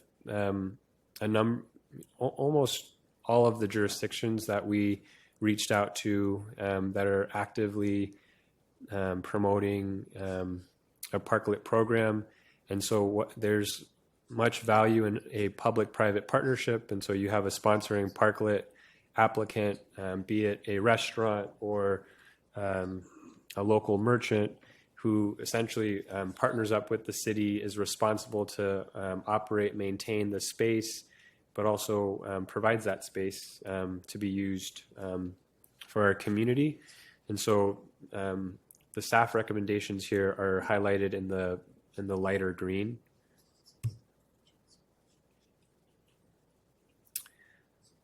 Location, the map attachment 2 gives you the bid boundaries, and so that's what staff is recommending as an option for council to consider where to start. And the reason for that is with the strong partnership with our downtown association and just the demand that is naturally gravitating towards the bid. That's that sort of helped inform staff recommendations. Public options. Long before many of us even knew about the parklet program, the city itself, dating back as early as 1986, with their sort of reimagining master plan of the waterfront. This concept of expanding public use, pedestrian space has been something that's been desired from not just city council, but the community here. And so there is a question about, should there be specific parklets that the city may want to sponsor as an opportunity, opportunity to expand some of the public offering downtown. One example that was very clearly delineated in the survey was Water Street. How do we expand the opportunities so people that are walking and biking, spending their money downtown, and being part of the community can take advantage of the frontage there along the river. And then there's a recommendation as well on private property. So setting aside the pandemic and the need to quickly support local businesses, what we would typically do that comes out of the permit process for any changes on private property would be to go through a site plan architectural review. And so that is what staff is recommending when it comes to the parklets that are in, not in the public right of way, but in private property. There's a process, longstanding process that we have that we can help walk through applicants through that process. The survey and the best practices when we look at different jurisdictions, this question about density is is pretty spread out. 1 in 3, essentially 1 in 3 of our respondents feel every business should be entitled to the ability to submit for a parklet. And so that's where you see one end of the spectrum. And then you see some cities, Santa Rosa, Healdsburg, where they're metering it based on some metric. And so Healdsburg, as an example, they have a parking count for downtown, and so they've limited the number of parklets to 5%. So 1 out of every 20 spaces in the city of Healdsburg is limited to use for parklets. And again, so this there wasn't a place that the community landed on. There isn't a place that our jurisdictions, our neighboring jurisdictions, landed on. And what staff is proposing is some combination of what we're seeing in Healdsburg, whether it's tying it to a number of parking spaces or some other metric, and then also asking council to weigh the question about unlimited density. So the design. So this is the topic that comes up most often when we're out in the community and talking to business owners and community, and it can be summarized into these 4 categories. How long is it? How wide is it? And how tall is it? And so there's a dimensional aspect to this. Typically, we're looking at 2 parallel parking spaces as your typical store frontage and your typical parklet that you're seeing. Again, this may need to be addressed on a case-by-case basis, but it does seem typical that no more than 2 parking spaces front to end is sort of what many of the jurisdictions are going with, and something that was resonating with the community. Lighting, so making sure that if it's a public space after hours, after close of business, it's a safe and inviting and welcoming place for people, as well as having some uniform signage. So making sure that it's really clear, depending on whatever regulations the city moves forward with, the signage is very clear on the use and the rules that a member must abide by. And then the question about the vertical elements, umbrellas, shade structures, tent canopies. There are a number of jurisdictions that in the area that have moved forward and have limited and restricted the use of umbrellas and shade. It's something that the community in the survey identified as important. And so, again, there's an opportunity for council to weigh in on that topic as well. And then permit review. So what we're proposing is a ministerial review contingent on our ability to come back to council with a set of pre-approved designs. And so essentially think about like a pre-approved parklet in a box. So you have 4 different options, design options, that conform with the design guidelines that are adopted by council. And so long as you hit the marks as a potential sponsor of a parklet, that will be done ministerial review through ministerial review. Anything more intensive, that would be more staff intensive, more review, would require an element of noticing and engagement. Perhaps it's something that is not pre-approved and there's sort of a one-off design. We would recommend that go through a site plan and architectural administrative process. And then fees. On the minimal end, for an example, the city's encroachment fees would sort of fit in this category. It essentially is a transactional over-the-counter or some encroachment permit review that would fit the $0 to $500 range would be sort of a lighter touch review. What staff is proposing here is cost neutral, which we expect to be in the range of $1,000 to $2,000. There are other cities that have gone above and beyond that and created a license and a use fee schedule. And so, as an example, City of Healdsburg charges a per square foot based on the space of the parking space, on top of a administrative, I believe it's a $2,000 administrative fee. And then almost as much as we get questions about design is transition. What do we do with the existing parklets? Again, 14 parklets that are in existence with varying levels of design. And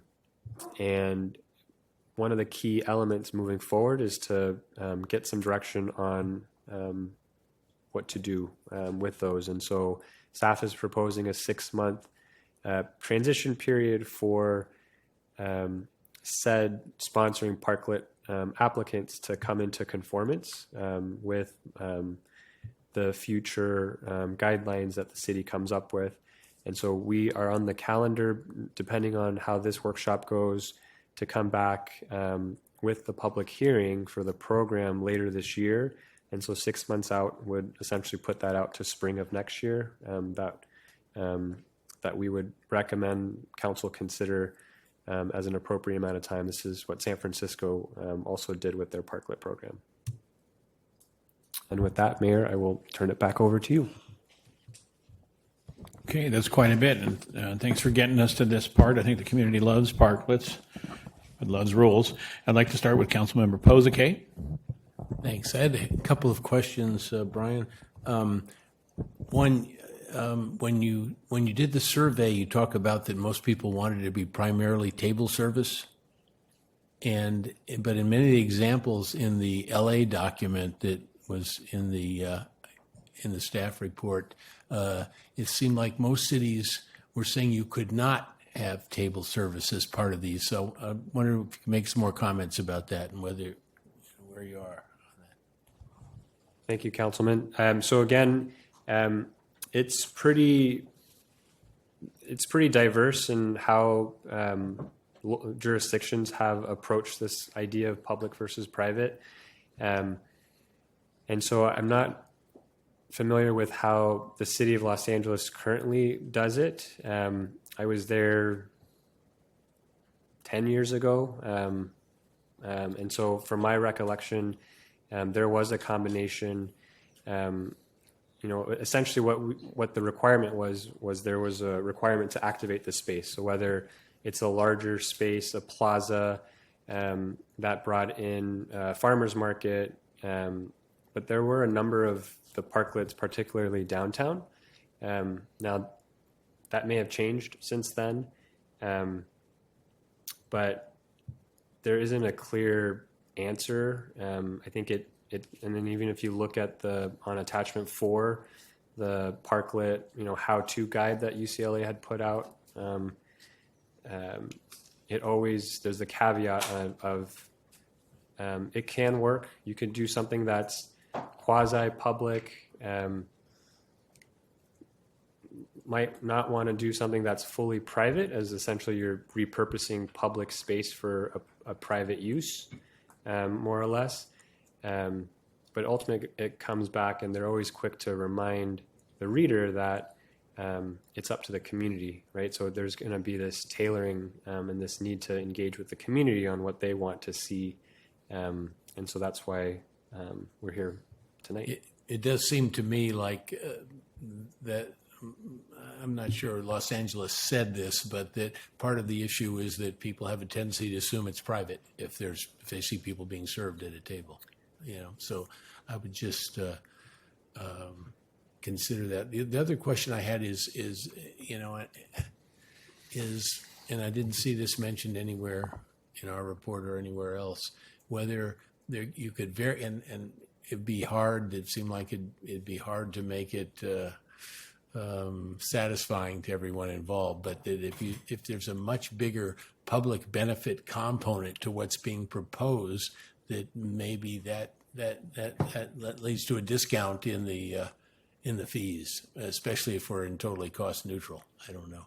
And then the last thing I was wondering about, if I guess one thing I had in mind was that we wouldn't want to make the design restrictions such that. What I had in mind was that some of these, there's a couple that already could maybe have come about this way, which is with these minor art grants that our Public Art Committee is given, I think up to $20,000 or something to young artists. Is there any regulation that could make that harder to do if somebody wanted to do that? Yeah, I'm not saying I don't want to make it hard. That's where I'm coming from. Yeah, Councilman, so great question. I think it's a balance. I mean, absolutely, we don't want to make it harder, but we also want to make sure that there's city and community buy-in to whatever ends up, getting built.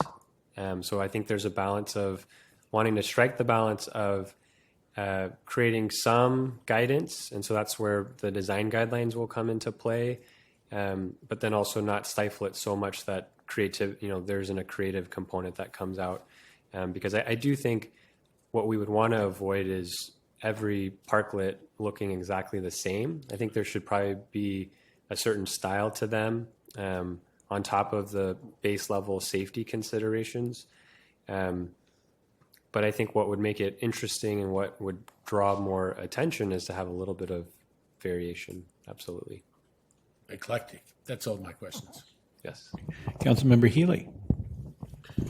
Thank you. So, Brian, kind of the underlying premise of your presentation, or at least it's how I took it, and it's also in the staff report, especially on page 7, is that there's a perception that there's a huge unmet demand for more parklets in town, and I was wondering if that's accurate, or if we're talking about doubling or tripling the number that we have now, or if there are just 2 or 3 businesses that might be interested in these things. I would say at this point, there's a handful of merchants that are very curious when the application would open. That said, we haven't done a full front campaign to say that we have a program, but I wouldn't expect a doubling or tripling of applicants. And can you share what streets the handful are on? So we get it from merchants along Water Street, the Boulevard, North, Kentucky. I'm going to just look at Nancy, maybe Western. Potentially 4th Street. And 4th Street. Okay, thank you. And I'm sorry, over by the Foundry Wharf area. Councilmember Barnacle. Yeah. You mentioned the recommendation was to start with the BID, Business Improvement District. Can you talk a little more about why it might make sense to start with a smaller phased approach? So great question. The BID is actually quite expansive. I believe when we were looking at different boundaries, it has a few positives going for it. First, the demand seems to be focused within the boundaries. It takes almost the entire component of our sort of economic storefronts that are downtown. And we're just not seeing, and if you think about the types of businesses that are outside of the BID, whether it's on the east side, some of our larger commercial centers, we just don't have the store frontage, retail space that there would be interest. And so an example, Cafe Bellini, that's on private space, private property, repurposing of parking spaces. And so all of those sort of figured into why we're presenting on the BID boundary.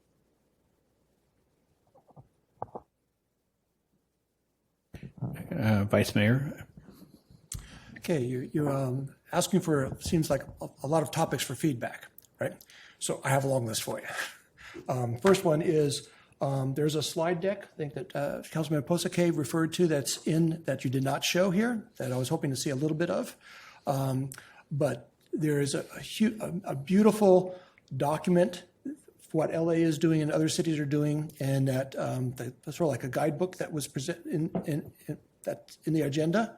I think everyone that's interested in parklets needs to look at that, because I don't think we have the imagination now that we can have if people knew what was possible. So we really need to open up for imagination rather than restricting on what we already have, because I think what we have is a response of COVID. And people really haven't opened up for the real possibility for really more. Okay, so. I think we're on questions. In this period. Only? Yep. Okay, I thought we were on feedback. Okay.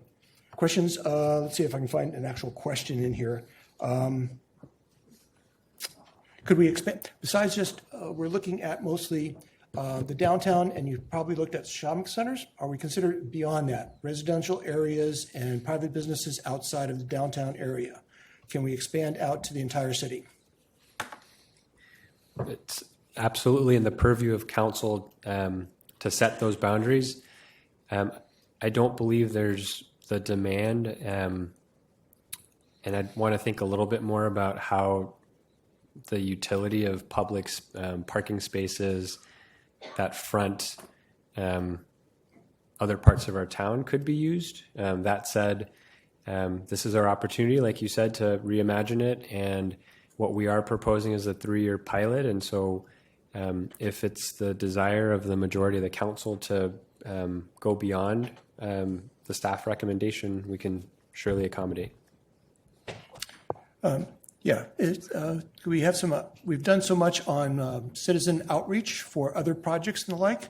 And if we decided to really open this up, do you really think we could do a lot more imagination, opening it up and giving people like that document, let them see some possibilities between exercise places for seniors, bicycle parking, recreational, as well as food, shopping, whatever items could be put out once in a while, storefronts. So if we really put it out there to the public, do you think we would get a much larger response than what we currently have because of what we just responding to COVID? By doing more outreach, I do believe there's a ton of interest around this topic, so I would expect a higher and more robust response. That said, it does feel like much of the energy is focused on downtown. But again, that said, if there's interest in looking at other parts, I mean, I don't know if Councilman, you can give an example of what you're envisioning, and would be happy to try to make that happen. Because if we're going to 15-minute neighborhoods, there might be even residences that could have a parklet out front, take up it's a street that's not, all the parking is not being used. They could put out either a area there. They could even put out their own little tiny restaurant right in front of their house. They could put out their private, oh, come fix it. I'll come fix your whatever, your vacuum cleaner, whatever, little parklet for set up for a day or two. We could have little social gatherings, neighborhood gatherings in parklets. All sorts of things that was presented in the slideshow could be done. Something more out of the box. What if we actually opened it up to opportunity, that folks may be more and more gravitated to, oh, I can do that? And then they say, oh, okay, then we have more opportunity. I think that'll grab people. I agree. I mean, ultimately, where I would want to see the free range program go would be all inclusive. And so when I think about our neighborhoods, block parties, I mean, it sort of, I think the possibilities are endless. Plazas, I mean, just the general concept of repurposing our public right of way to be more than that. I mean, I think we would be all for it. It would just take a little bit more thinking, some more outreach, certainly, with the community and frame it in that way. Okay, and then we walk through malls, completely enclosed, and there's what used to be just big open aisles in the middle, and now all of a sudden there's a bunch of kiosks going down walking malls. Could we do the same thing in all of our shopping centers? And so that there'd be a lane of parking, but there might be small little shops set up like parklets in every shopping center that we have and use up some of that parking spaces. Could you see some of that? Could we enhance our business economics, more businesses doing that? So 2024, 25 is the year of economic development. So we are fully committed to this concept. I think what you're getting at is the use of private parking spaces in some of our larger shopping centers. So I'm thinking the Deer Creeks, the Washington Squares, and I apologize if I gloss over that. There is a process for that. So if a business wants to come in and repurpose, it does take a little bit more thought and consideration because many of those buildings or projects have been approved based on parking count, so a number of parking spaces, and so we would just want to make sure that any changes wouldn't impact the business. But again, that's a strategy that we can look at. Sort of how do we repurpose privately owned parking spaces as an economic engine. Okay, and then you're looking at ministerial versus bringing it to council. That was brought up, and then if we put in design requirements for size, shape, and the like, but also for art.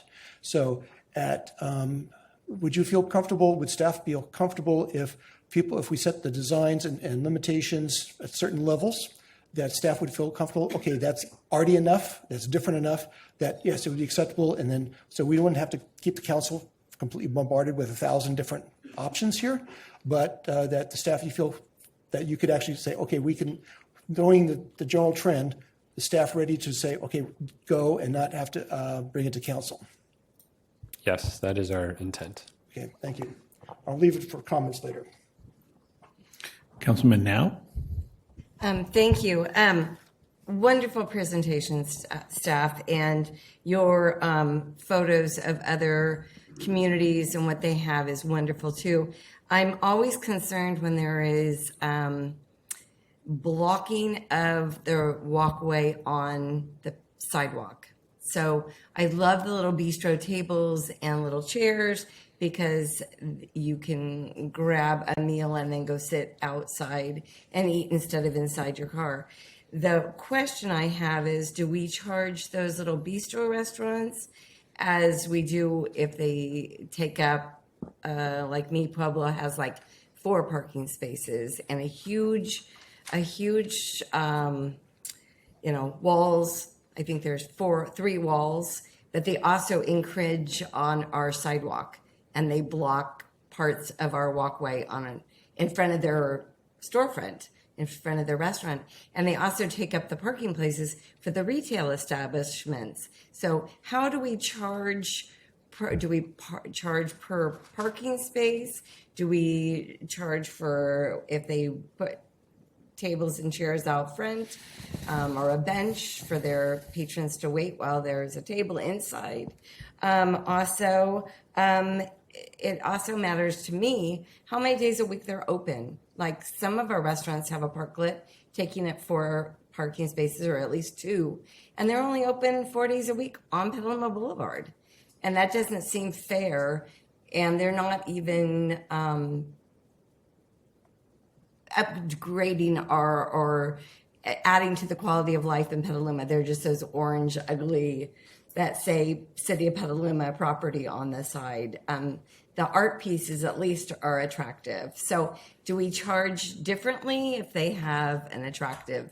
So there's my questions. How do we charge and how do we explain to the community that these restaurants are paying their fair share of, because they're expanding their restaurant footprint? Great question, council member. So again, time and place during COVID, the objective was how do we as quick as possible, support our local merchants. And so the question about fees, it wasn't the priority, right? I think the idea was let's get something up and running so our businesses don't shut down. And we've heard anecdotally from a number of our merchants that this, largely saved some of the businesses over the past handful of years. And so that's where we do want to come up with that set of design guidelines so that there isn't the variation from the safety K-rails, the orange safety bollards that are very much temporary. Construction sort of serves a different purpose to something that you saw a lot of input, a lot more money invested when we think about like a Mi Pueblo or the parklet that's in front of Mi Pueblo. A lot more time, a lot more money spent to come up with that. I don't know if we ever nailed down exactly how much was spent, because I think there was a lot of sweat equity that went into creating the Mi Pueblo parklet. But that's another consideration that we have is we don't want to make it so expensive, so onerous that it's not worth it for a sponsor to come in during this 3-year pilot program. So the question about fees, and then I'll address the sidewalk dining first. There's a separate program called our sidewalk dining permit. And so it's an encroachment permit. It goes through Public Works, and it's relatively minimal, the fee. And that was a program that stood on it in and of itself before the pandemic. And so at this point, I think what we're doing is when new merchants are asking about, hey, I'd love to get sidewalk dining permit, we're sort of we're basically combining this effort with the sidewalk dining permit program. And so there's a separate fee structure. The question about how do we inform the public, it's, once we come up with a solution and a program, it's just about advertising and making the community aware that, hey, did you know that a local merchant is able to pull a permit with the city to have 2 or 3 cafe style, I'm thinking in front of the coffee shop, little bistro tables, and that's for the use of the private entity there. And so parklets are a little bit different. Again, we would recommend that there's a public component to it. And I do think it would address the initial question you had about what happens when the business is closed on off hours and there's nobody in the parklet. And so that's where, our staff recommendation of requiring some public element so that even if Della isn't open and serving, there is still a public value that we're getting by losing those parking spaces, by creating that space.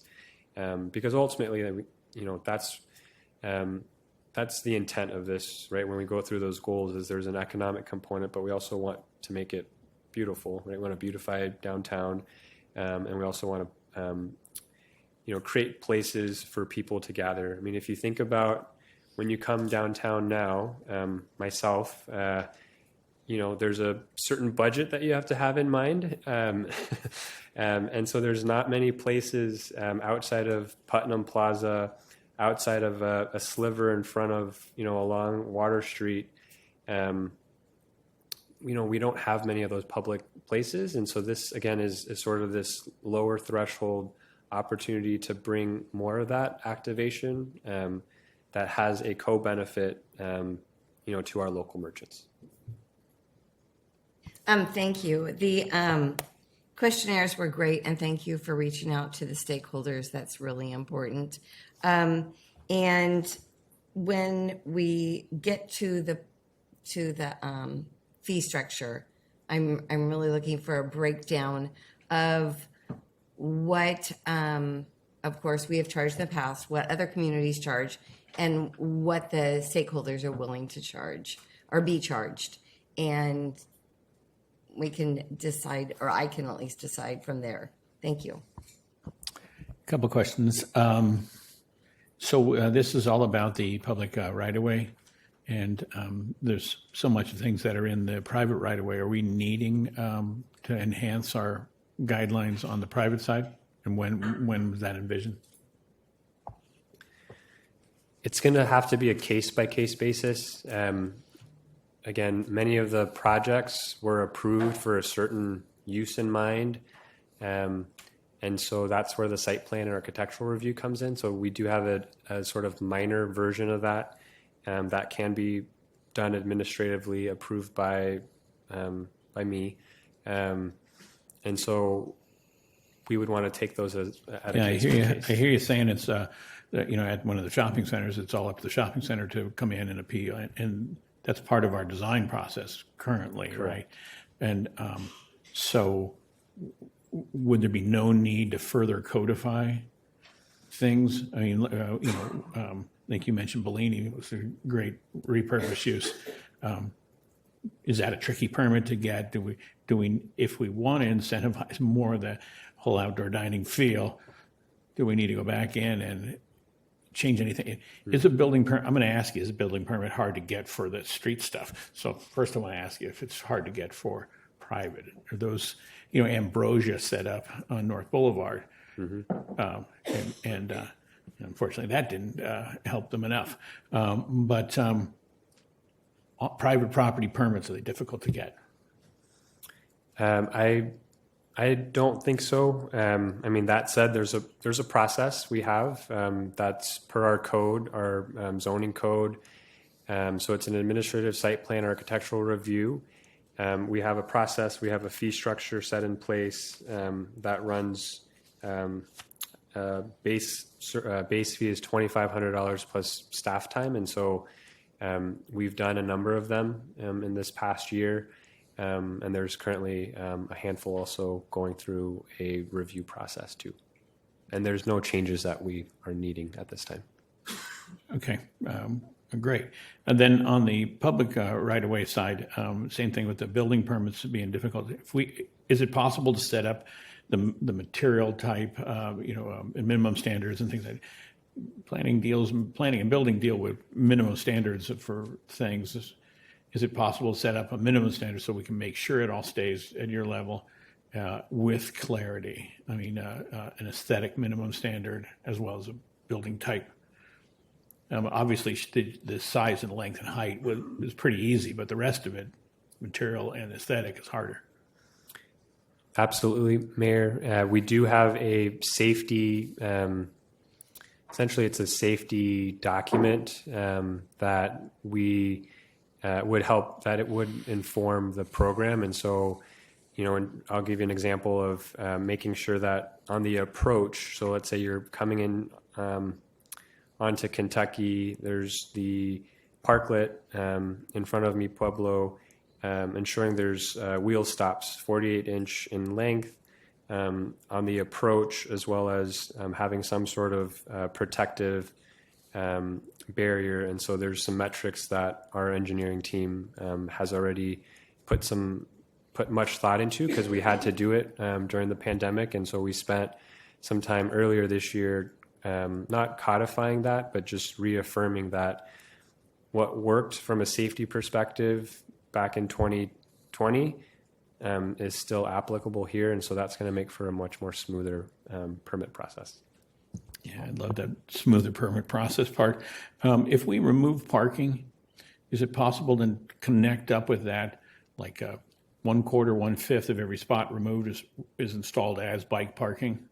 Is there a nexus we can make to put that in this thing? Because if we get more people downtown, they're going to want to come in their bike, and there isn't, you don't want them putting them in the T tables, and so we need to. Yes, absolutely. So this is a great question. It's something that we would want to coordinate with our public works counterparts, because there is sort of a parallel track of identifying appropriate places, not just in downtown, but throughout our city for bike racks. And so I would assume, or I would want to look at this program offering the appropriate safety, having the appropriate number of bike racks, but I don't want to do that in a vacuum without public works. So let's say they have a plan for 3 bike racks along Kentucky, then This is the kind of creep that the building permit question went to. If he comes in and says, I want to build a thing, and you say, well, I got to check with Public Works, then it's not as administratively easy for you to approve. But I get what you're saying, but I'd like to find a smooth pathway through that. And then my key questions on clearances, tables on sidewalks. We can probably come up with a clearance requiring clearance minimum, and there are some that we feel already are very cluttered when you walk through it. It's like you're walking through the restaurant, where on the sidewalk, which I would not be in favor of, and it doesn't apply quite as much to parking. The clearance, if you remove parking, it isn't a clearance question, but whereas a sidewalk is. I wonder about other public spaces like Putnam Plaza right now. Is it a different use of the public right-of-way being a park versus being a sidewalk? Are you going to differentiate in the ordinance? Can you differentiate in the ordinance for more sensitive areas?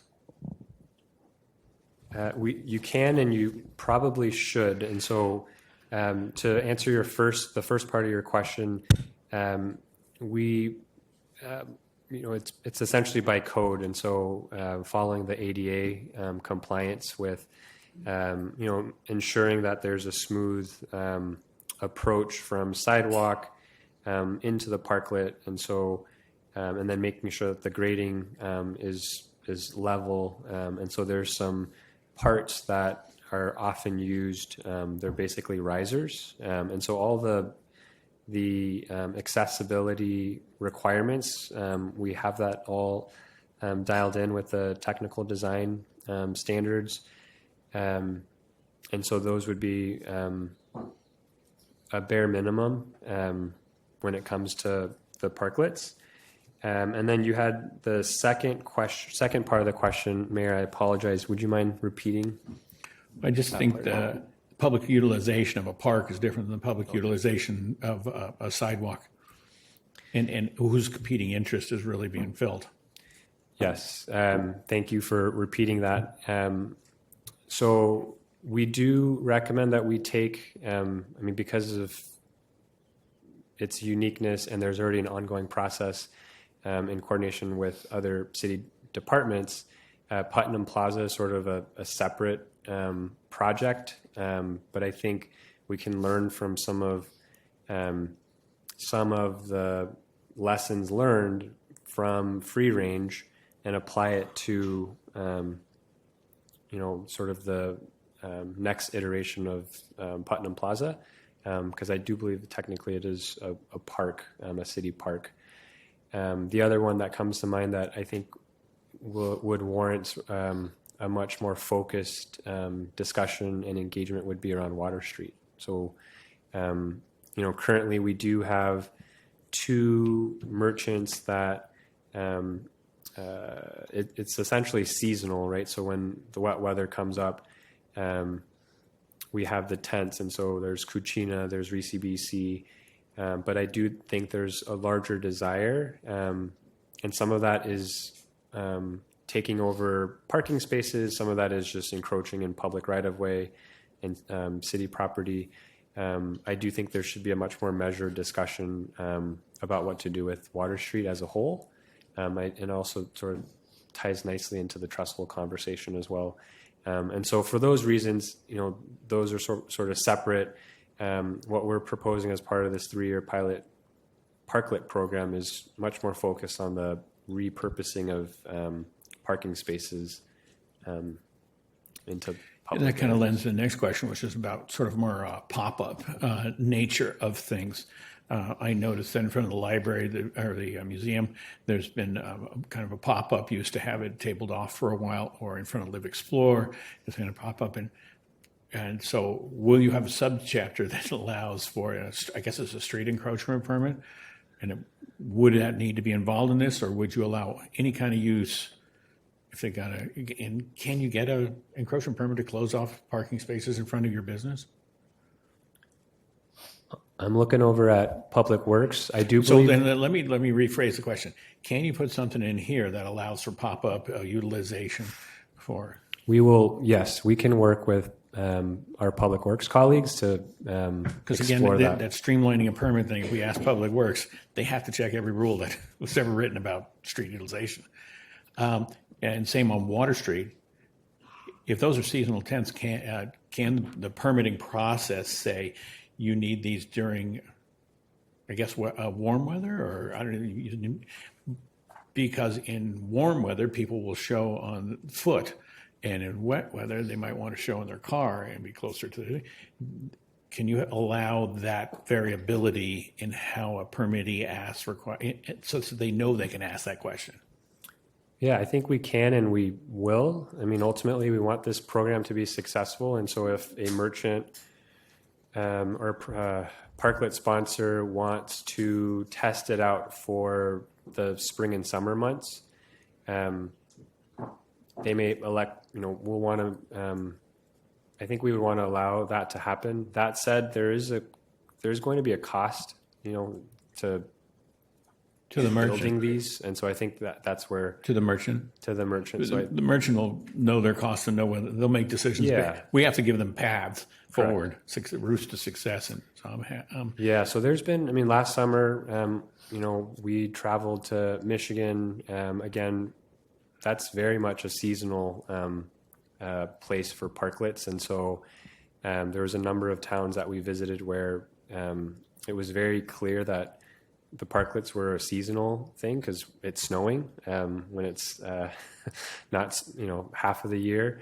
And so I don't think that's out of the realm of possibility for us. Do you have a plan to close out the tent rental program that's currently underway? We heard earlier how cheap you can get partitions, pennies on the dollars. I mean, can the merchants get pennies on the dollars to buy whatever's up on their, I think on private, right? Mostly we're talking. Yeah.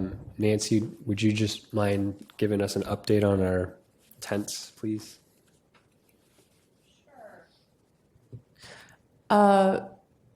We have tents on private property and on public right-of-way. And we've talked about, what do we do when the program is evolving, or what's appropriate. I think that's going to come down to the design guidelines and whether we want to see that type of structure continue to be in the places where they are. And so we as a city, I think, can make decisions about how we sell those tents or who we sell them to and so forth. But I also think it has to do with the aesthetics of whether we want the white vinyl tents on Water Street or next to Water Street, or maybe they need to replace the top, or it does kind of come down to aesthetics. So I would love to see them in this. The conversation of how we close out the old program should be part of what we're proposing to go forward, and anything that's existing should be grandfathered to the end of its utilization, and then be compliant with any future rule and guideline aesthetic or whatever in the future. But most of the stuff we have has like 5-year life, and we're 4 years in, so it probably doesn't have much cash value, and it doesn't have much life before we get to go to the next level. So, and that's for some of the bigger ones. I mean, there are some pop-ups, and that's a different conversation, but the bigger ones, heavy-duty tents and stuff, they still have limited life. So that's those are my questions. And Mayor, I'll just add, we do, the city does own all the tents that you see up. And so to your point, they are sort of getting to the end of usefulness. And so we were even having a conversation this morning about components of them, whether it's the concrete foundation sort of scaffolding and some of that stuff that we may continue to use and repurpose for city service, but much of the vertical plastic and vinyl isn't in the best shape, and so we do expect, this is probably the last year, and then we'd have to revisit the need to. So isn't most of it fully depreciated just to keep this in the form of a question, isn't it fully depreciated, and couldn't we assist our businesses in this transition? Thanks. Yes. And that's my questions for now. Councilmember Shribs? So you mentioned one thing I was curious about. When you're talking about parklets, mostly parking, but there's also mini parks. Whereas there's enough environmental architects in town here who would easily come up with some beautiful little designs for a parking spot with maybe some trees or structures or artwork and things like that. But creating a park setting, which I could see some economic advantage to if we had a couple of those downtown. So you're walking down the street, or with someplace to sit and rest for a little while, have my ice cream, and then move on to the next place and maybe grab something to eat and sit down. I'll have that. But it's a park that would be basically city designed, city paid for, and city maintained, because it's a park, even though it's a parklet. So is our Parks Department and the city open to having some of our architects start making some proposals for some downtown parklets? And if once we accept those, is there a way of getting that into our budget and into our maintenance stream for what we want to do? Because that would, I would imagine, actually provide really good economic benefit total. That'd be on return of cost benefit. There would be a huge return, I would think, doing something like that. We've seen that in other cities. So is the city staff open to moving in that direction? I love the concept. Would obviously need to have more discussion with our counterparts, with the rest of the staff, about the park component. But I think just the idea of creating places that will be usable for the public downtown, and that are, that is relatively low cost and accessible to the general public, I think there's a lot of support for that. Yeah, thank you. Councilmember Down? Thank you. To add to what the mayor was talking about with the tents versus, those are all weather. And I would love to see open air dining, when those structures go away, because a lot of the photographs you showed are open air dining in front of these restaurants. And I know Petaluma has fog, and you have to wear a parka in the middle of August. And we love our warm summer nights that happen like maybe 3 times a month in the summer months. But, we're used to it. And we dine outside anyway with the heaters. So can we talk about open air dining, even if the structures go away? Can we have a fee for, I don't know if it's different with encroachment, if they're not using a structure. B Street in front of the Wild Goat, it has a huge structure. And I don't even know if it's full all the time. I see a lot of people inside the hallway of the Great Pillow Mill eating, and inside the restaurant. And then they have this big tent outside, which isn't even being used all the time. So, or maybe just the days I go. But I love the open air dining like they do in other countries and other places, the warmer places, of course. And I know they're all over Europe. So can we talk about what the fee structure, because that's sort of like the little bistro tables on the sidewalk. Thanks.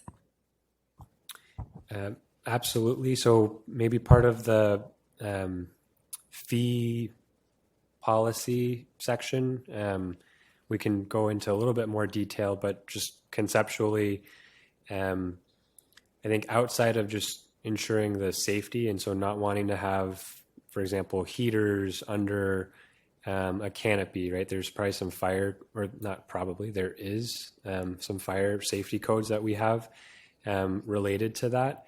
But all the project elements, that's sort of the beauty of having the workshop, is we can get that input from council on what they want to see. That's sort of where the recommendation was going with having umbrellas, so that they're not so permanent when you don't need them, because I think we all know once 5 o'clock hits, I like to call it the bodega breeze. It comes in and, it changes the weather quite dramatically. And so I think it lends some flexibility in doing so, whether you want it to be open air versus, having some shade element. And so short answer is yes. Thank you. And let's open it to public comment at this point. Have we received any emails, cards and letters from public? We have not, but we do have several cards. I can read the instructions first. Please do. Members of the public attending in person should bring their speaker cards to the clerk's desk if they have not already done so. Speakers are reminded to be respectful in their comments and that this meeting is being translated. Thank you. Please pause between sentences for translation. The timer behind the dais will be reset for each speaker.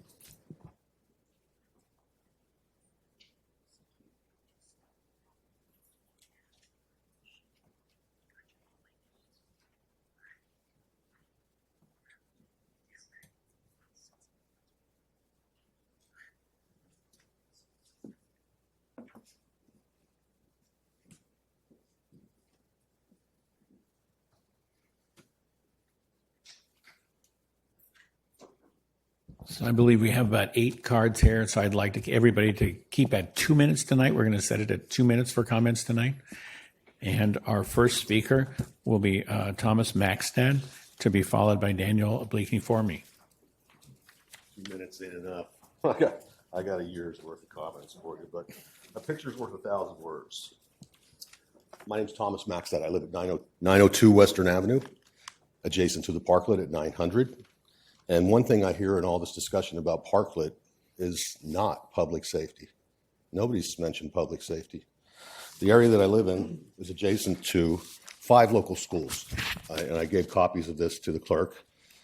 In total, there's almost 1,900 children within 3 blocks of this, basically a bar in the street is what it's become.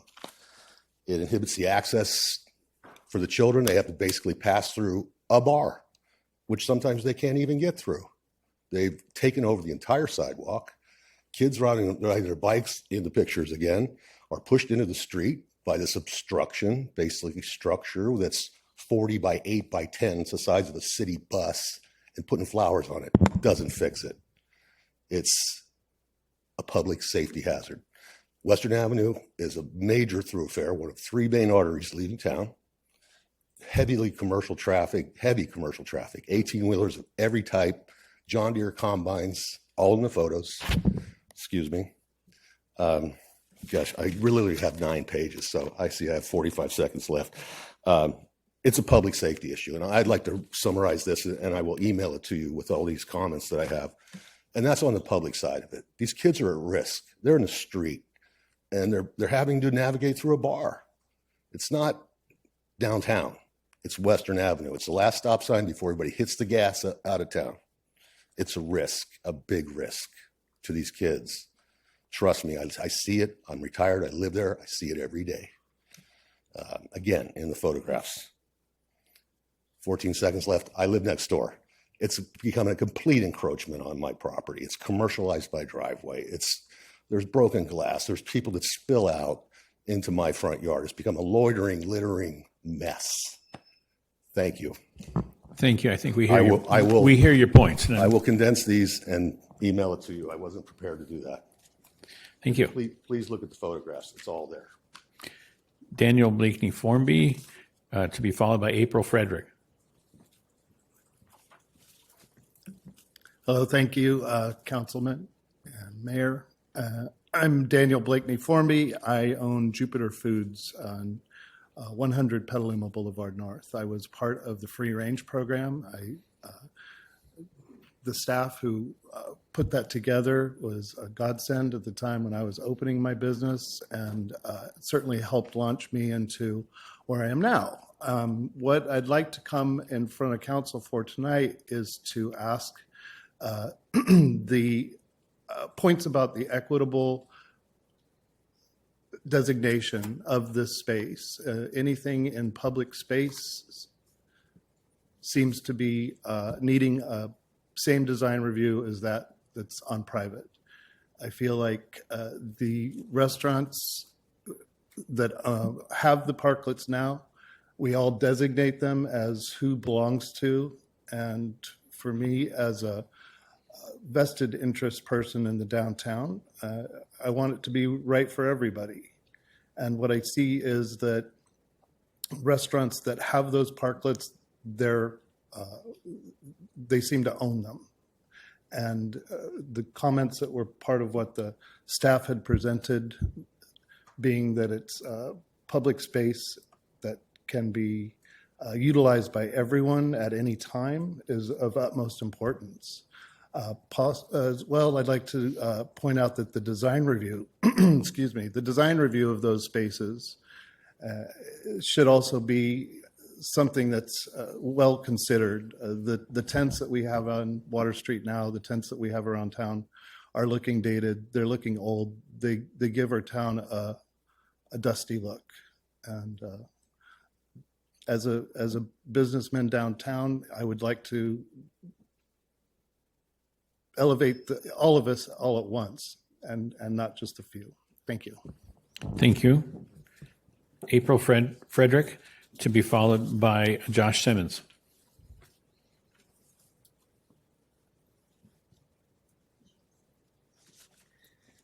Hi, I'm April, the owner of Estuary on Petaluma Boulevard. Thank you for the survey on the parklets. The three highlights I took away from the findings are public space for everyone, concern about parking downtown, and more public spaces on Water Street. I love Petaluma, especially downtown Petaluma. This is why I decided to invest my money and start a retail store during COVID in the town. Petaluma is a special place because of the amazing food, architecture, art, and shopping. Did you know the #1 reason people come here is for shopping? I would like to see that parklets serve and help everyone. I would love to see Water Street used and activated. I'd love to see a place where all ages can hang out and gather. It would be great to see shared parklets where restaurants could use it, but people could just sit and gather and have coffee at any time. I'd like to see a parklet program that it is today, ended before the holiday season. That is the time when most retailers make most of their money that help carry us through the slower seasons. Giving them 6 months does not help retail at all. Restaurants with parklets have had 4 years of financial support with extra seating. Retail and service has had no additional financial support. My biggest concerns with the parklet is the one behind CBC that was #7 on the map. It's underutilized, takes up many parking spaces. It also blocks the safe walkway next to the river, so people are walking on the cobblestone. I support all of my fellow business owners. I want all businesses to do well and to support our community. Please support all businesses by giving us back parking, developing a new parklet program. Please see this sunset parklet program to be sunsetted in 3 months and make room to create new opportunities for our town. Thank you. Thank you. Josh Simmons, to be followed by Brian Moynihan. Hello, thank you. My name is Josh. I'm a member of the General Plan Advisory Committee and Library Advisory Board, and former member of the Technology Advisory Committee. And I remember one meeting before we got started hearing how hard staff, Nancy and Ingrid and others, had been working after a particularly wild windstorm to make sure that the parklets and everything was still okay. I just want to thank city staff for all of the hard work put into the free range program and adapting us to the pandemic. And not only that, but also in making downtown a much more welcoming and hospitable place where we are reclaiming and activating parking spaces that are otherwise just subsidizing people's cars. We can get there on bike, we can walk, we can take public transit. Not only that, these outdoor dining experiences and other outdoor retail experiences alongside them allow us to have the economic benefit while accentuating what makes Petaluma so unique. We are there, we are appreciating the architecture, we're appreciating the river, we're appreciating the natural beauty of our town. I want to highlight also that parklets have a much deeper meaning. Parklets are something that are very important to people like me. You may notice I'm wearing a mask. So I have here a CO2 meter, which I travel with often, and Brian will remember this from the last in-person GPAC meeting I was at. A lot of our buildings in Petaluma are old, they're historic, and they're beautiful, but they're terribly ventilated. This room is less than half full, and the ventilation it's not good. And so when you add into that a room that is full and people are dining and eating and having lively conversation, it becomes a space that is unsafe in terms of indoor air quality. One of the lessons of the pandemic is that air quality matters like water quality in terms of cholera. We haven't integrated the lessons yet. I like how this conversation is shaping up. Let's build and expand on what you've done. Thank you. Thank you. Brian Moynihan, to be followed by Christopher N. Good evening again. I'm going to wear my hat as a property manager with Nexus Realty Group, Inc. We manage 5 downtown buildings, basically right on Western and Kentucky. And it's been interesting over the years. I'll give you a little background. Years ago, we built the Keller Street Garage, and those of you who don't remember, there was a parking assessment charged each of the property owners in that area. And they paid that assessment for over 20 years. So they, with the goal, of course, of relieving the parking congestion on Kentucky and the downtown area, providing more parking. So now that they paid it, the city's coming in and eliminating parking with the parklets and taking away the parking that is there. And, you know, I'm all for if individual projects want to come forward and be presented to the council, that's great. You can evaluate them. You can figure out what fee you want to charge them. All that type of thing is great. Coming up with a parklet program is a waste, I feel, of your time, your limited time and resources as a city. The problem when you get into, I did the survey, by the way, online, and the survey really didn't allow people to say no parking. There was one question that addressed it, really, that I remember. And, you know, I think it was kind of more of a guided decision process. Okay, here's the architectural style. What do you think about fees and permits? If you want to figure out the fees and permits, charge the existing parklets those fees and permits now and see how many stick around. And, you know, I would actually encourage you to eliminate all the ones left over. Now, I manage a building next to Mi Pueblo, and Nancy was kind enough to ask us, call us up during the pandemic and say, hey, do you mind if they kind of encroach on your building? And I said, no, you know, they're good people, and I like the restaurant. And so we. Thank you. 2 minutes has expired. I think we get your point, and feel free to submit by email the rest of the comments.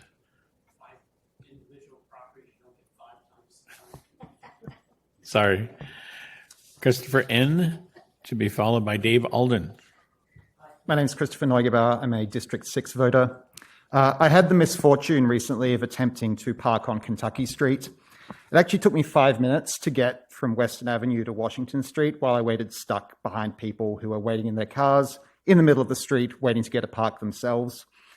1 block, 5 minutes, I gave up. I went home. I'm just not that committed to giving you my extra incremental tax dollars, sorry, especially since there's nowhere else on Kentucky Street to spend time. I want to compare that to Water Street, which before the pandemic was just a place to park.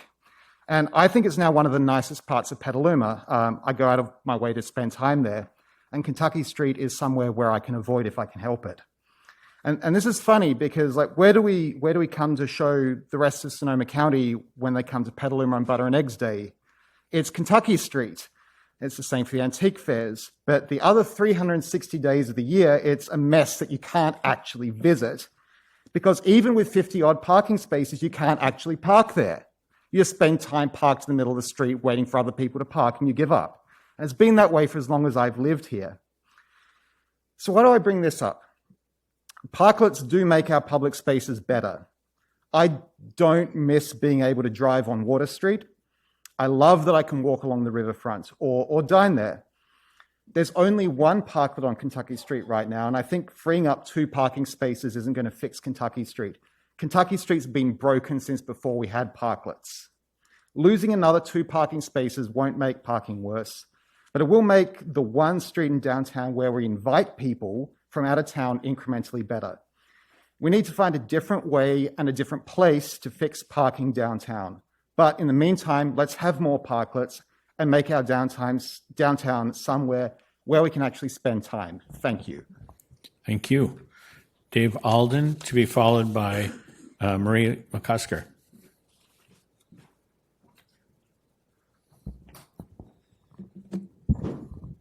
Thank you. Lovely to be here this evening. I've been encouraging the city to have a parklet policy since 2016, so I'm pleased the conversation continues.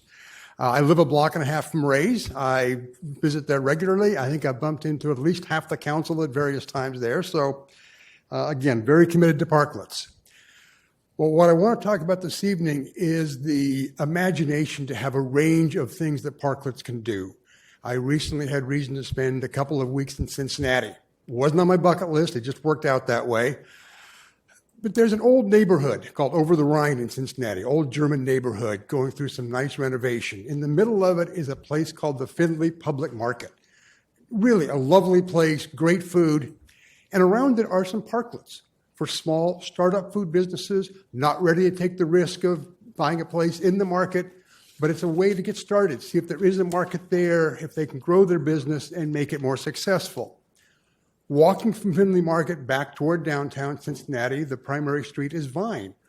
Regularly as you walk down Vine, there are parklets.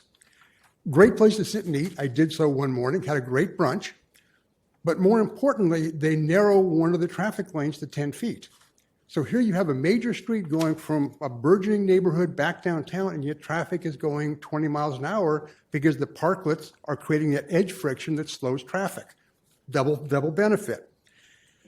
As we get into downtown, you have a sort of an unusual situation where the Bengals play at one end of a small street and the Reds play at the other. You have 3 blocks of largely parklets because 100 days a year you have thousands and thousands of fans coming to hang out. It's one of the most jovial, friendly places to be in Cincinnati. So again, 3 different uses of parklets in one town. Yes, the last one does not apply at all to Petaluma. Nonetheless, it indicates the range of things that parklets can do. Thank you for your attention. Thank you. And Marie McCusker would be our last speaker of the evening.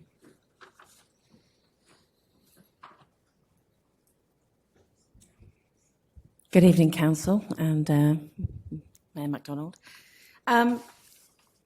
Going back, I was part of building those parklets. I got a Creative Sonoma grant and I had $30,000 to build 3 parklets. 2 of them were shared, the Rays and Fassbinder, and Stockholm and the Bagel Mill, and also me, Pablo. We wanted to, the objective of that exercise is to get people outside, to save restaurants, and also to find money to pay artists. We were able to do all of those. We actually had Kevin Clark from Radiant Steel. He built Muy Pueblo from all the stuff that he had in his back garden. We built that for peanuts. Muy Pueblo had to put a floor in and had to put a roof on it. So they did have to invest. Structural engineers were used for all of them. And you found a very quick way of doing those projects. It was ad hoc because it wasn't like, well, where would we like a parklet? It was who wanted one and what could we do creatively? And I think what came of this was opportunity. COVID changed the world, obviously. We were able to market Petaluma as a place to come during COVID because you were safe to eat outdoors. And it worked. We managed to save most of our restaurants by doing that. Retail wasn't ready to come out. We didn't know what to do with retail. They were offered, but they weren't able to be inside and outside at the same time. So I think there's so many things that we've learned from this, and I do think we're time to look at a new parklet program. But I would encourage you to stay creative. Let's get that artistic flavor in our town. That's what we're known for. Let's keep people outside. Europe, everyone's outside. Let's not get inside and close ourselves up. I think as a destination, I think your public have told you they want to be outside. I want to be outside. I'll make that choice every time. And we have dogs. When people can't pet travel, they...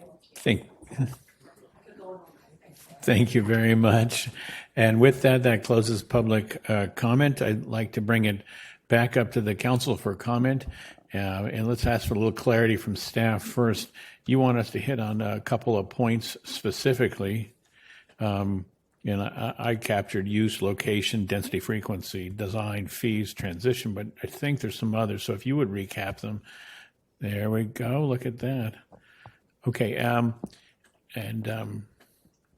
So those are the 7 items. We'd like to try and phrase our otherwise broad commentary into these types of comments. So who would like to lead off up here? Councilmember Barnacle. Happy to start. Thank you for the presentation, and I concur with what Josh said too, that thank you for the work to make this happen during COVID. I couldn't agree more with what Marie and Dave said about fostering creativity. When we think about our general plan and like the opportunities that they identified for us to really lean into like our artistic and our like the art culture that we have here that's really budding. I think it's really important. And I think it's important not to just make this about the bid, because I think that there's so many creative ideas that the people of Petaluma are going to come up with that y'all, we're not going to tonight. You're not going to in City Hall.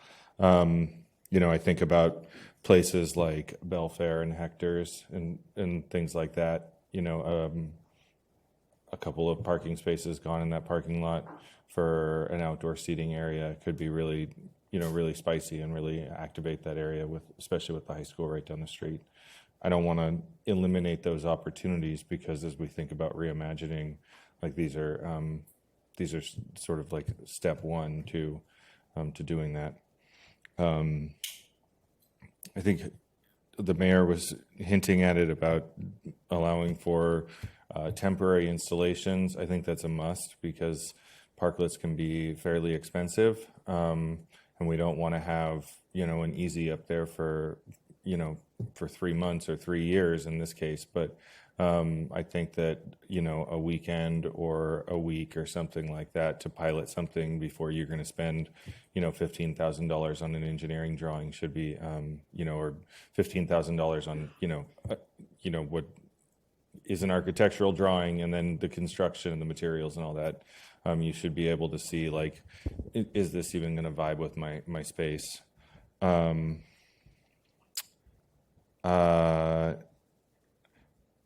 I have a lot of heartburn about design guidelines for parklets because I think they're going to really just hinder our the creativity.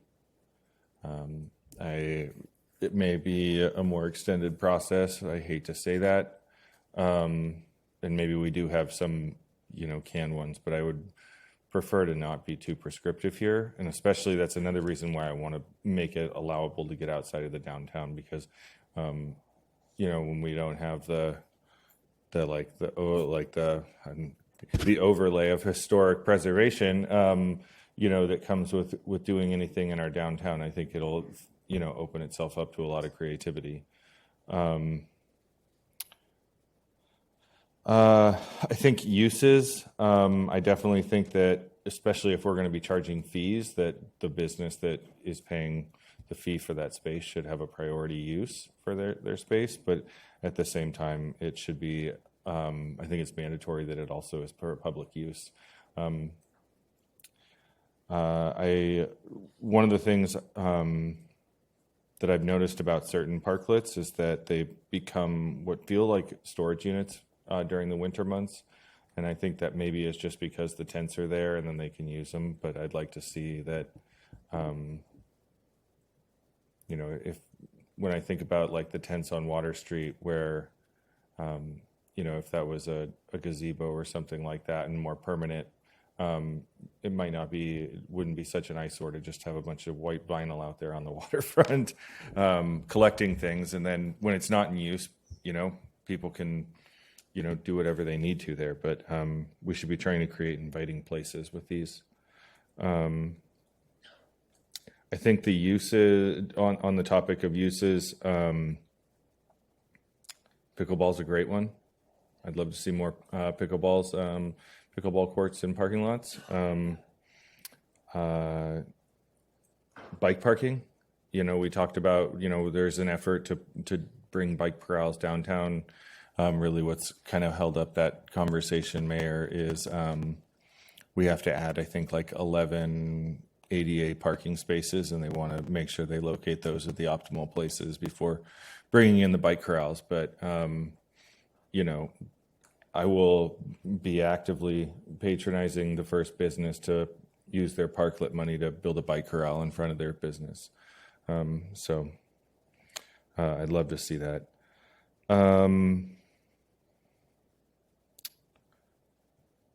So on the fees, I struggle with this. I certainly don't want to make it a lot.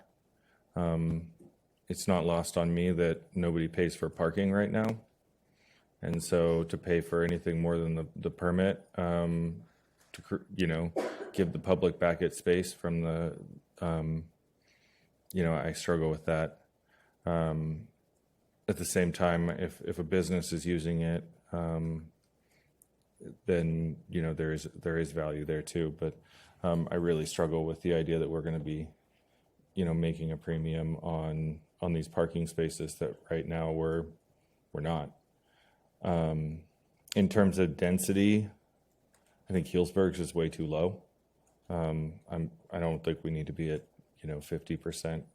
I don't think we need to be at probably 30%, but 5% feels low. And I like the residential use case that Councilmember Shibbs gave. I think that there's part of this too is like we learned from the free range program because we had this imperative to try and save businesses, and I think it's really important that we recognize that like the creative ideas that are going to come from the community. Like I've talked to some people who live on 5th Street and they're getting the Greenway, and they would love to put a parklet out in front of their house and turn like that into like a hangout for the kids to come and sit outside and sell lemonade or read books or whatever, and just like make that a designated part of the 5th Street Greenway, right? We've got to encourage that creativity so we get new models that other people look at in other parts of the city and are like, I'm bringing that over here. I want that suburban parklet over here. So I think it's important that we continue to like use this program to foster creativity. And that might mean, the thing that concerns me about not having preset design guidelines like what you identified is it's just the amount of time and cost that everything's going to take if we have to keep going back and forth. But when I think the purpose is to get something done too, and so dragging on a process for a parklet. I was part of the Raise Parklet, and that was one of the most frustrating experiences in my life getting that approved. And it was the design that you don't like. We don't like it either. We wanted it to be way better.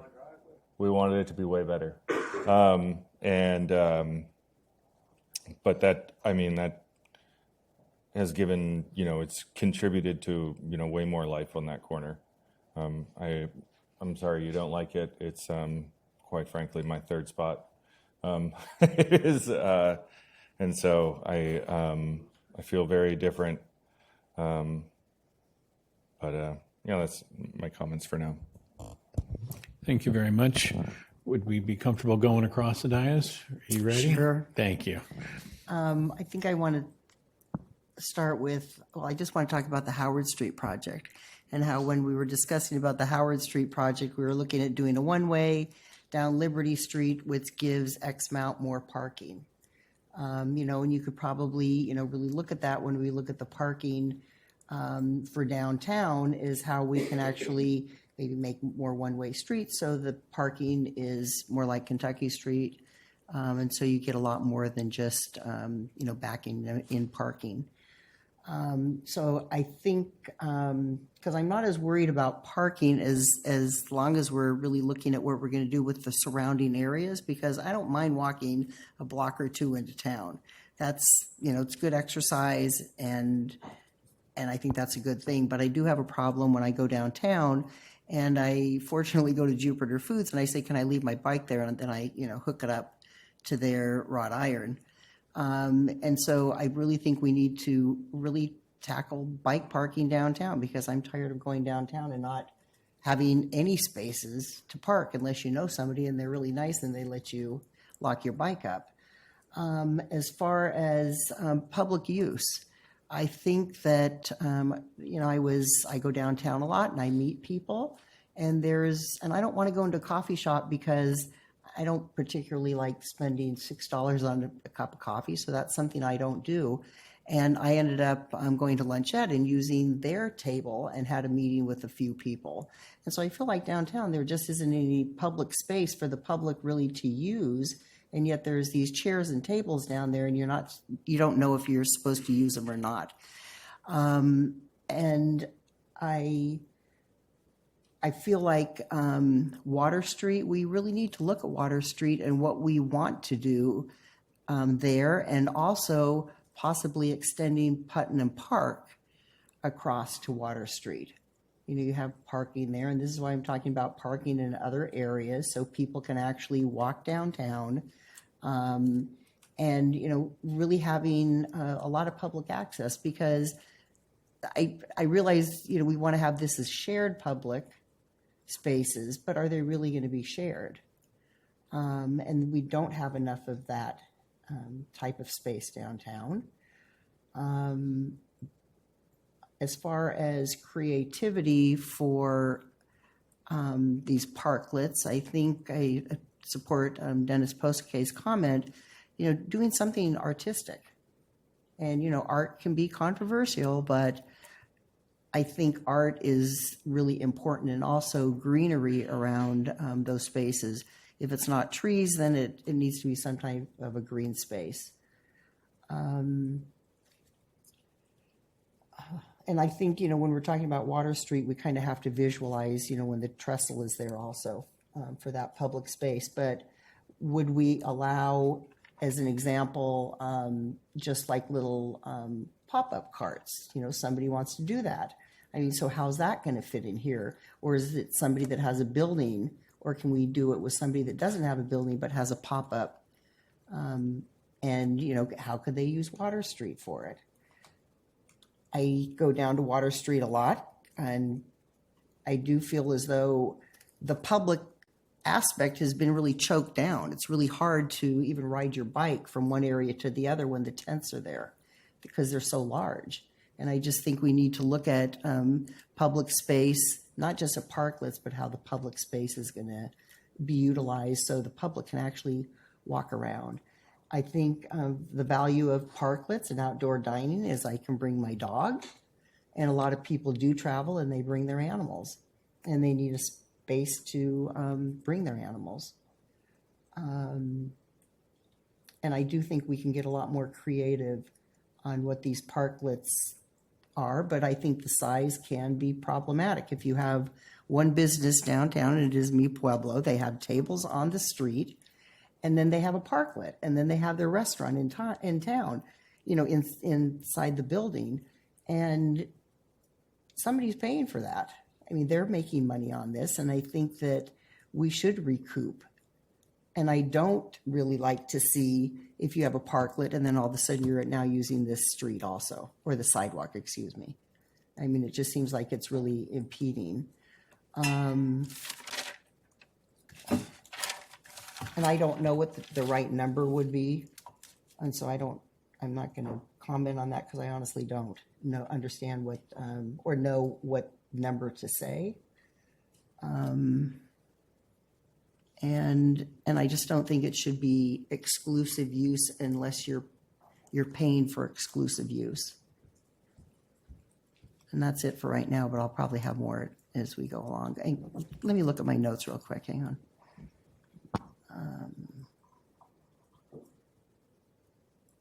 And as far as the east and west side, I mean, the difference is a lot of the shopping centers, I mean, the shopping centers have to have guidelines if they chose to do something, or how does it work when it's private? So generally, a project will get approved. The site plan itself would get approved, so it would identify if there's any like cafe seating outside of, let's say, Panda Express on the east side. And so typically that gets approved at the planning commission level when it gets through site plan and architectural review.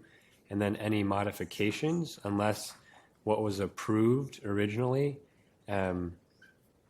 allowed for some flexibility, it would require a resubmittal of a SPAR. And that's, again, to make sure that if you're losing 20 parking spaces and you were approved to accommodate 250 parking spaces, there's a little oversight that the city is providing just to make sure that there's a balance. Well, I really hope in these shopping centers that are overparked that maybe we can get some housing in there instead of parklets. I think it would be better economically. There was one other thing. I prefer shade. You're down in Water Street, and here we put these chess tables, and you're out in the heat. And so I think that when we look at projects, we do need to look at shading, and we need to look at more benches so people can sit. It's not just, for me, about parklets. It's about really accommodating people so they can sit if they need to, because we are an aging community. And I think that's all of my comments for now, but we definitely need bike parking in downtown. And if we're going to be putting a parklet in, we have to look at the bike parking. Even though people don't realize that people do bike, we really do, and there is no space. And so it's difficult to go downtown and shop. And I do want to say, I know Eleone's in the audience, and if I'm not parked close and I buy something that is way too heavy and I can't get to my car, they always come out to my car and put it in the car. We make arrangements that I'll just drive over and then they can put it in if I'm driving. And I really appreciate that they accommodate those needs, because there was a time in Petaluma when everybody thought you were supposed to park in front of the store that you were going to. And those days are kind of over. And so just accommodations like that, the merchants do, is very much appreciated. Vice Mayor. Okay, I'm just starting off saying I believe parklets are going to be a huge economic advantage to us to keep that going. The public really wants them. Public likes to eat outdoors particularly. But if you look at what we've done so far for COVID, we had like 30 or plus parklets, and we have 13 now, and they're all restaurants. So the viability of having just a business format, being able to serve tables outside, and people want to enjoy outside. You go to Mary's Pizza, and there's always someone eating outside. You go to some of the other shops in the shopping centers that have tables outside, and if it's not even, except when it's raining, there's always somebody outside eating the food outside. So we definitely have a strong desire to be able to socialize outside. Some of the things to be aware of. I went to folks in a forestry seminar, and they talked about the importance of shade and how much shade can benefit us physically against the rise in heat. And we're already predicting this summer to being the hottest on record, as was last summer. And this is even going to be hotter is what the prediction is. So we're going to see a lot more hot days, well, 90, even 100 degrees pretty consistently. So shade is real important, and it turns out that shade structures, including buildings, provide more heat relief from heat stress than do even trees. So trees do a good job, but maybe only 50% of what an actual shade structure does. And shade structures are different between what protects you from rain than what protects you from the sun. So some are designed more for sun, and some are designed more for keep the rain off of you and the fog. So we want to look at, if we're going to do design, to actually say, okay, we want to be able to do, and here we're getting to the permanency, semi-permanent, or temporary situations. So it might be a little different. So if it's only going to be there for a week, temporary is one thing, but if it's going to be more even seasonal, we're talking about semi-permanent level. And if they're going to be year-round, still I would say we need to make it semi-permanent because they have to come off, they got to build the road and repair the road at some point in time. So it's got to come off the road, repair the road, put it back. So I think everything you showed us in the slide deck that's in the guidebook that you sent us, the workbook, they were all essentially semi-permanent. They were all on the street, but they were able to be removed. Even all the connections that were made between all the railings and everything could be dismantled pretty easily and then brought off, fix the street, put it all back. So that's one of the things we want to do is make sure that the design element includes a semi-permanent style as well as safety. And then when I get to safety, of course, we for sure are talking about safety from people getting hit by cars if they're going to be anywhere in the street. So not all that covered, but we need to cover all the other safety issues too. I was brought up about alcohol and social safety also needs to be included. And I think if it's really good that, let's say, Ray's, which has alcoholic drinks, and it's very popular, and it's so popular, it's been extremely successful. It's a good story. However, when it gets a little bit abusive of the privilege and in public drinking outside on the sidewalk, that's basically illegal, I think, right? So that has to be managed better if we're going to allow alcohol, especially in the evenings, that it doesn't turn into a big street party at every one of these establishments. So there needs to be some rules and regulations that are stringent and regulated and enforced when we do something like that. Since we did all this mostly because of COVID and to survive the businesses, we basically almost like free reign, freestyle. I mean, basically we helped them out. We bought them tents and did all that. But basically now that COVID is over, it's basically a private taking of public land is what they have. So yes, there needs to be fees since they're taking public land, and we need to make them safe. So as you said, evenness of pavement needs to be included in the designs if we're going to do this. I don't sit outside of on Water Street because I watch the servers try to walk across the cobblestones, and I'm afraid they're going to trip and fall or sprain their ankles. It's very hazardous. I've tried walking it. My wife won't walk on the cobblestones at all. It's too she hurt herself every time she goes because she sprains an ankle every time she walks on the cobblestones. So if they're going to do that, it needs to be a semi-permanent, and those cobblestones better be covered and made totally flat if they're going to do that, and not have the cobblestones there. You remove and replace, or cover them up entirely and make everything level. Mi Pueblo, I did hear complaints that, it got expanded way too long and started impinging on the next door business. And when you're in front, and if you go to France and anywhere, they're always in front of the store and not expanding beyond. And they're side by side. There's 10 restaurants in a row, bam, bam, bam, right? You walk by them, and there could be 10 restaurants straight in a row right down the block. So density is not that much of a concern if there's 3 or 4 in a row. When it comes to parking, there's so much. When parades happen, we close down Kentucky Street entirely. 20,000 residents show up, 10,000 visitors show up, and they all seem to find a parking space. And they all seem to be able to walk downtown there. So I'm not worried about parking downtown. If we can have huge parades with 30, 40,000 people showing up, all arriving on a completely parkless street, no cars parked on it. So that can't be a real problem because folks are willing, when it comes to that, they will walk the 3 blocks to get there. And folks even walk up the half mile when those situations. But there's always parking within 3 blocks of Kentucky. There is walking. And if we put more handicap spots instead, and some of the parklets would be for handicap and for biking, bring more people in because they can park the handicap in the park and the bicyclists.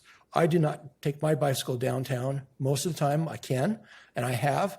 And my fear, because I have an electric bike, and that's the biggest theft item now that's on the market right now. There's people that go around with vans.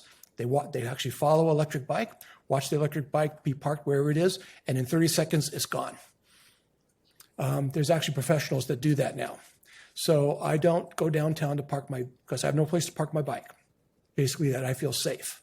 So we need safe parking with security cameras for the bicycles because it's an easy theft item. It doesn't take much to take one away. They have all the equipment. They got torches. They've got chain locks. I mean, they got everything they need to remove within 30 seconds.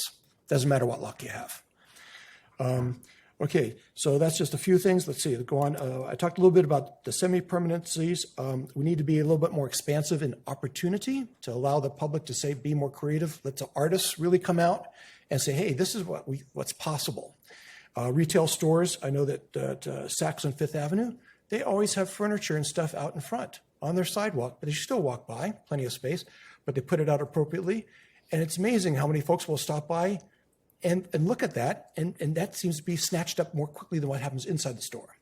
You go to a beach front somewhere, and so go to a beach town, and all the shops, all the beach wares is in front of the shops and everything. Come look at my stuff. These are all the stuff that's on clearance. If you don't want that, we'll come in and personally fit. Come on the door and we'll fit you. So there's a huge amount of retail happening in beach storefronts.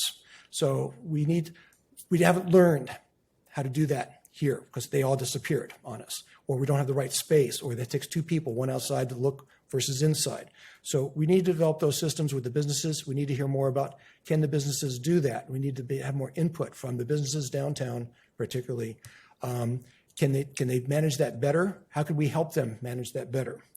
We need to, besides in the document that you gave us, you had a lot more than just restaurants pictured in there. You had a huge amount of parks, city-type parks that people put in front just to get people in front of them so they come into the stores. There was senior exercise. We were talking about the need for senior exercise places. And there were several examples that were shown in what you gave us in the slide deck, everything. So putting in, this is where the city would have more things that they would do just themselves, and a couple parking spaces here and there, besides the bikes. We were talking about residential a little bit, the semi-permanencies, talked about the cobblestones, fees.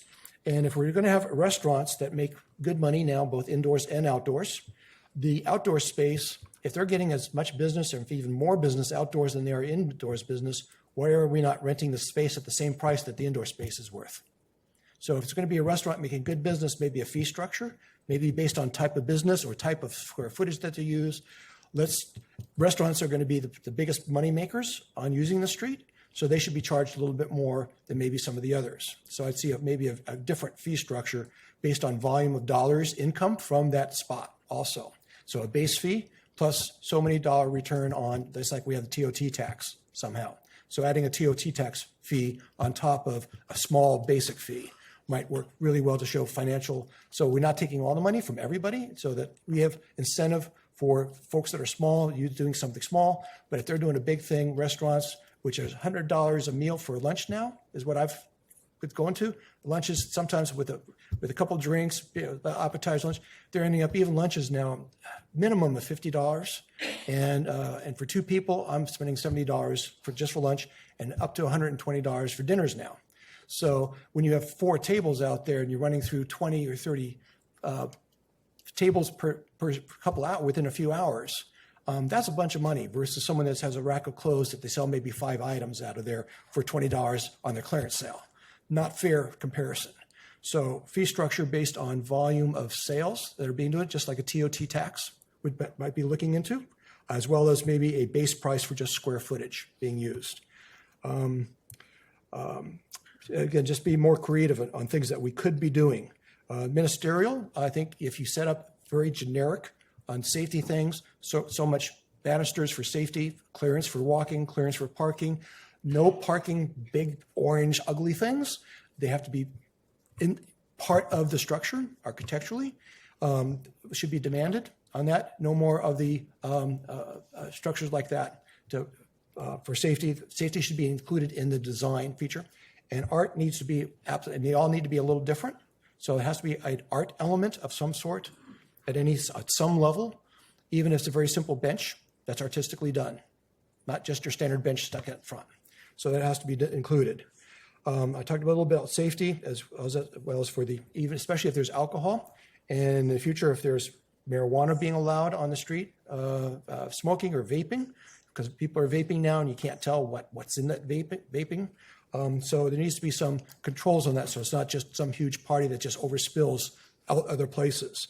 So more rules, make sure those are included as far as vaping, as well as alcohol and control of crowd and number of people, just like we do for the fire indoors. Should be number of people outdoors, also a limitation. Same number, it should be limited for same thing, fire hazard, same thing with people congested in an area hazard. And I'd love to see that slide deck that you had there. I'd like to see it advertised in the email that's sent out. Say, hey, folks, here's some ideas about parklets. What do you think? I think you just should publish that in the email going out for the city. Okay, and I think I got all that covered. Those are the feedbacks. Think I covered everything? Councilmember Healy, you're next up. Okay. I have a mercifully few number of comments. Actually, Councilmember Shrib's comments about alcohol raised some questions for me, and I don't want staff to respond to these now, but I know ABC made some temporary accommodations during COVID, and I don't know if those have been made permanent in this area or not, or what their plans are. And then the related thing there is, it seems to me we have some parklets where the restaurants have beer wine licenses, and we have other restaurants with parklets that have full licenses.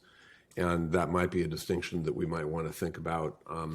And I don't want a staff response now, but I think that's something that you should give us options on and more information on, both the ABC thing and where they're headed, where they are now, and what the options will be in the future.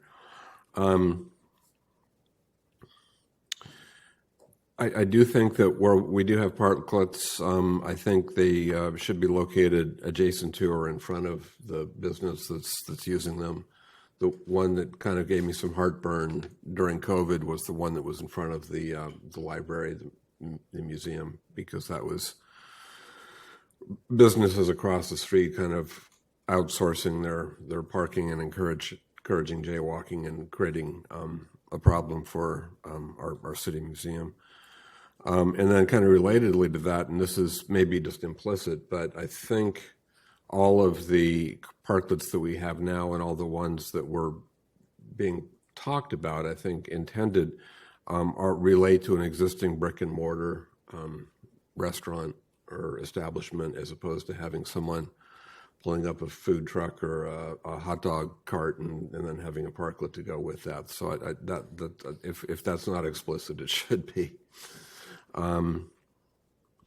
I do agree with Councilmember Now's earlier questions about number of days per week that our parklets are being used, and I think a business that only uses them 4 days a week, I don't think that's adequate, and I think we should have a minimum of 5 or 6 days a week.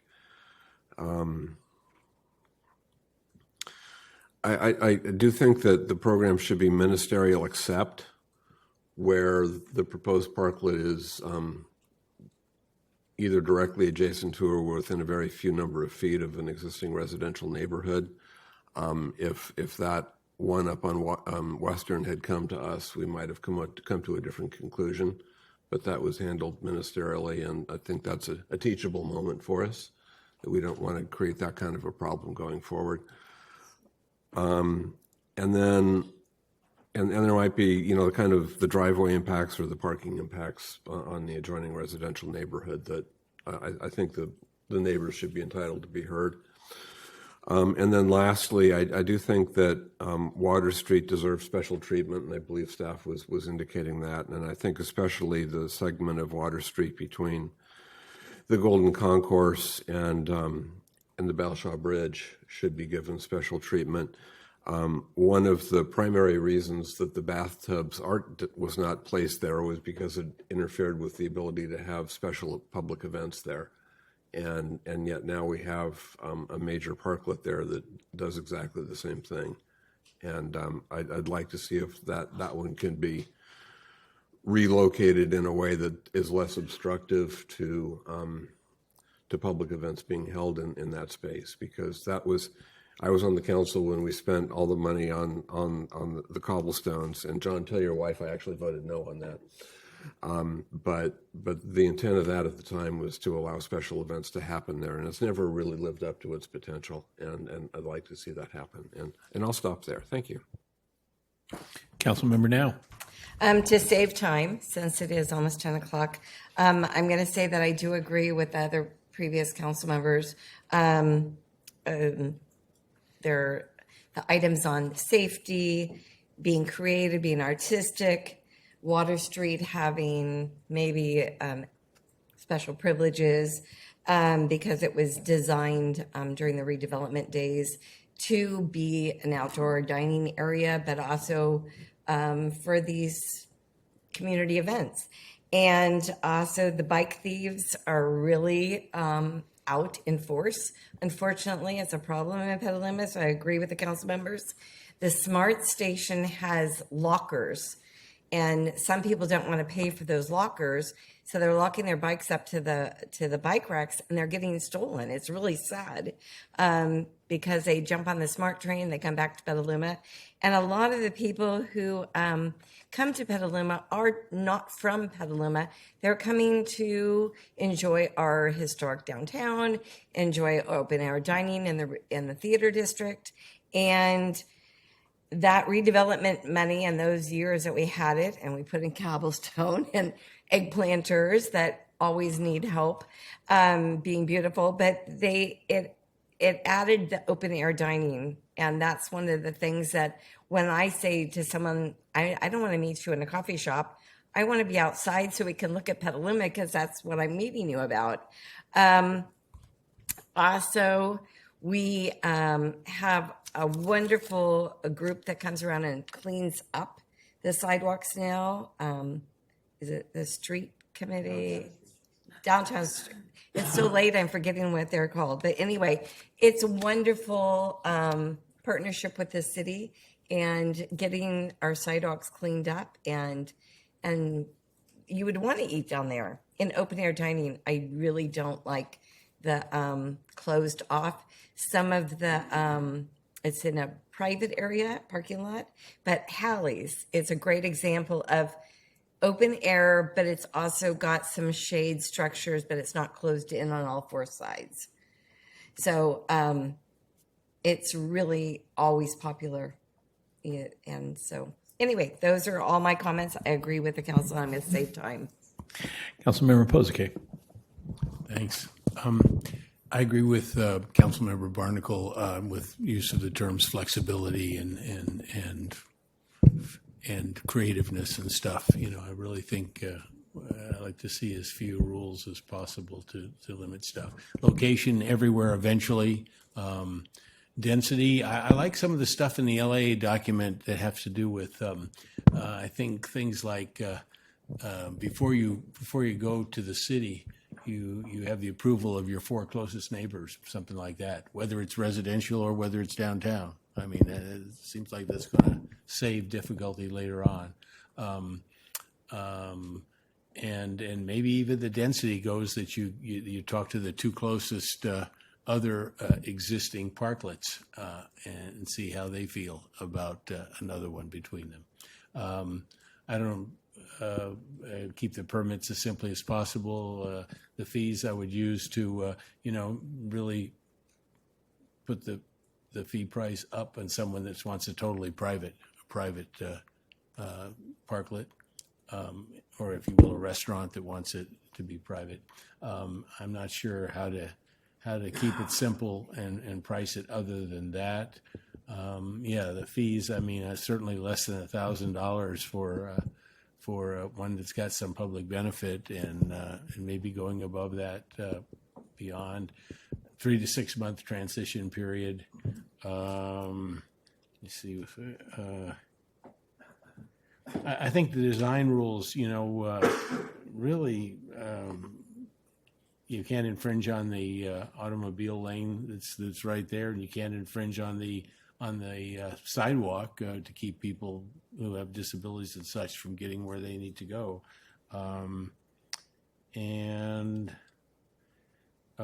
I think you got to have shade if you're gonna be serving lunch. Maybe not otherwise, in terms of that. But I think that's something that can be done. I don't know, ministerial with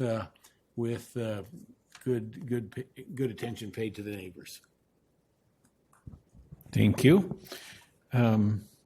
I love everything we're hearing tonight. It's quite a bit. I hope you're going to look at the recording, not count on simple notes. But I mean, I did love Councilman Cater Thompson's comment that we should extend Putnam Park to the river. It's just an out-of-the-box idea I hadn't seen before, and I'd rather spend money on that before spend money on remodeling the existing Putnam Park. I think there's a value add. For future meetings or whatever, I'd love to hear, have more context, maybe I missed it, about the Keller Street parking utilization already, so that we can have a perspective, and what the existing percentage of lost spaces is in our current situation, so we can compare when we're trying to set a new standard on things. I also didn't know that we had a sidewalk dining program, and I don't know what governs closed racks or bicycle sales on streets now. So hopefully they all have the right kind of clearance requirements that we're looking for. And I concur the Water Street cobbles are a feature that didn't make the grade. But and I also didn't know that the Stockholm was a shared experience, leading me to my first point about use. I think public is great. I mean, specifically for a vendor when open, or if shared, state shared, so that people know they're not going in the wrong. I think signage maybe is the key answer there. Whatever we decide the use is, it has to be clear to the public, not just the permittee. I love that this is just a 3-year proposal.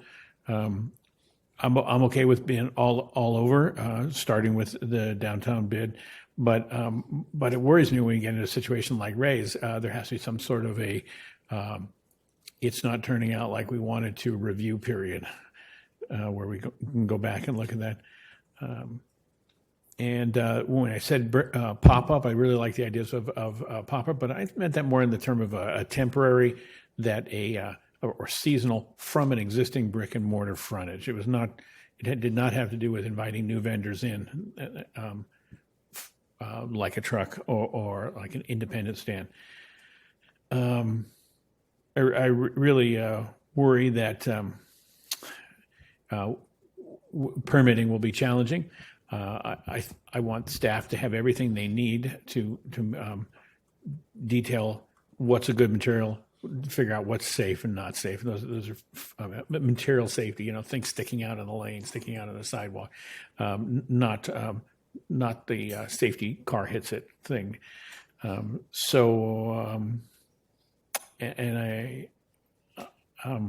I do like that the transition period for the existing features is 6 months, 3 to 6 months. I think that works great. And with that, is that the kind of feedback you need? Do you have any questions on the feedback?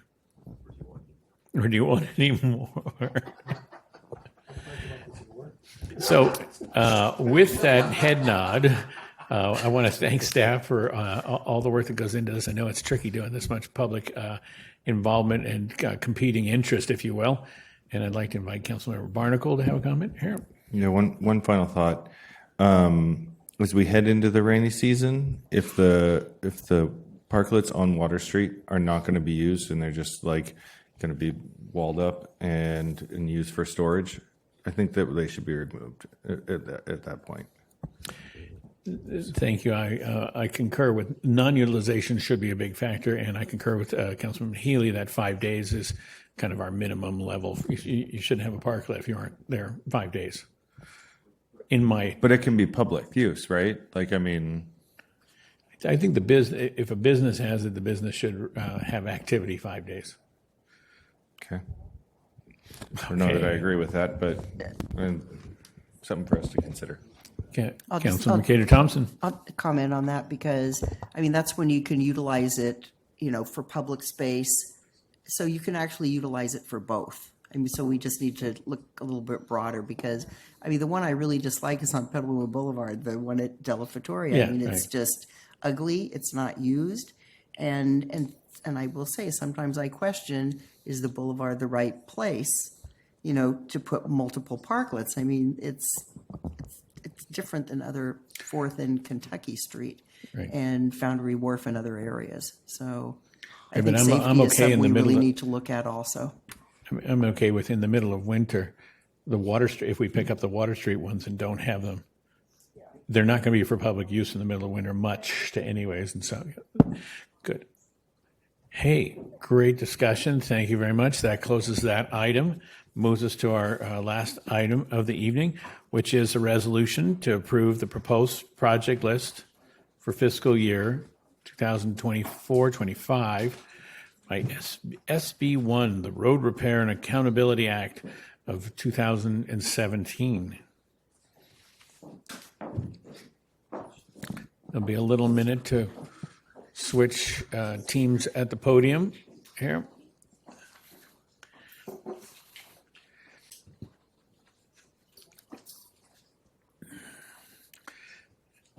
And I'd like to invite Jet Stutzman, our Deputy Director of Operations, Public Works, and Utilities, to tell us where we're going tonight. Thank you for having me. Let me just get the PowerPoint up and running.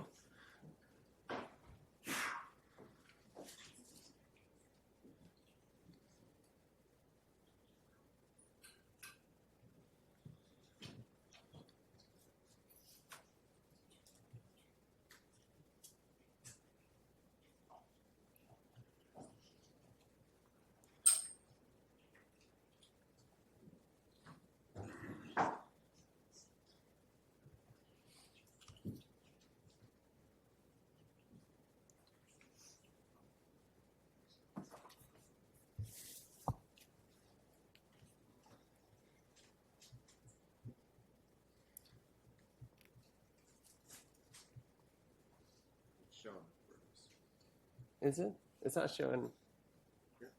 I was trying to get it to be the full thing, but.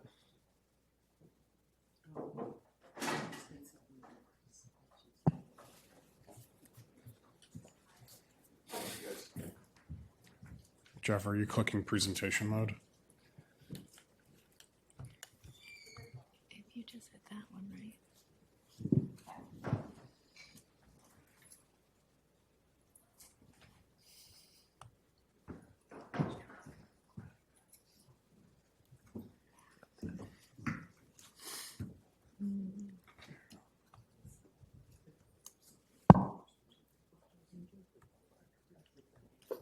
I mean, I could run through it like this. Okay. That's fine.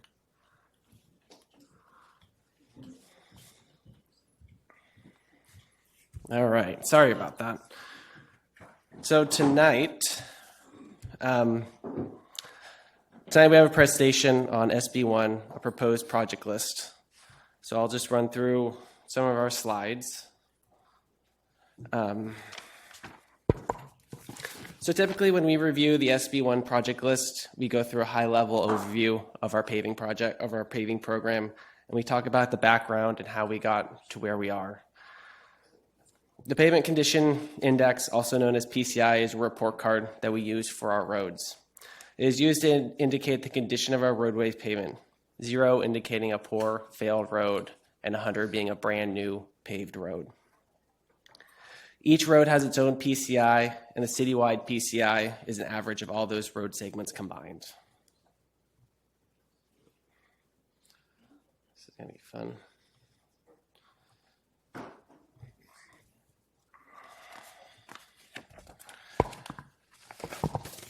So in Petaluma, we have 177 centerline miles of road, which equates to 393 lane miles. This graph shown on the right shows a Petaluma PCI from 2021 to current. The dashed blue line represents the PCI for that current year, while the green line represents the average PCI for the past 3 years. Typically, when you see data, especially from the Metropolitan Transportation Commission, MTC, which publishes this data every year, they use this 3-year average. The average is particularly important because it takes out the peaks and valleys in these graphs, and you see year to year, takes out the graphs from year to year, and it has a more consistent trend. And over the last 3 years, the infusion of Measure U for the funding of our streets significantly improved the pavement condition.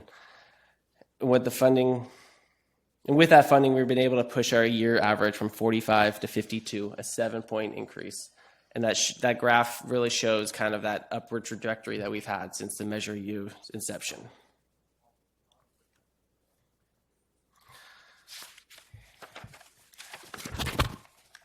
So there are two types of pavement investment strategies that we talk about: preventative maintenance and rehabilitation. Preventative maintenance is a cost-effective approach to extend the life of our roads, help slow the rate of deterioration, and slurry sealing and crack sealing are probably the two common preventative maintenance techniques that we use in the city. Rehabilitation is repairing the existing pavement to reset the deterioration process by adding or replacing materials within that pavement section. So the curve to the right is a common pavement life cycle curve indicated by the black line, where over the life of the road in years deteriorates and the PCI declines from excellent condition to a poor condition. What makes this graph so powerful is that by using preventive maintenance techniques like slurry sealing, we can keep our good roads in good condition for a longer time with less investment. If we can compare these to the green dash line, which represents a slurry seal, we can slurry seal our roads 3 times compared to the line that represents the rehabilitation. So by investing $12 per square yard, which would be equivalent to 3 slurry seals, we maintain the similar PCIs if we invested $200 for rehabilitation. So the important takeaway on this is that paving is doing the right treatment at the right time. So this is why PCI is such a critical factor in the type of street selection we do, the streets we select, and the treatment that we do as well.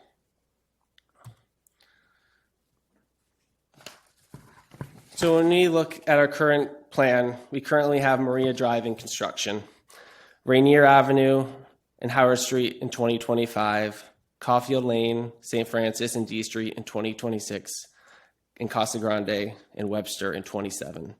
We also have a yearly preventive maintenance program, which includes arterials, collectors, and residential roads. A primary factor in selecting those preventive maintenance is the PCI of those roads and the targeting the treatment with the roads with the ideal condition. Safety is also a huge factor that goes into the selection of those, as when we slurry, we restripe, and restriping allows us to re-envision striping to calm traffic and improve safety.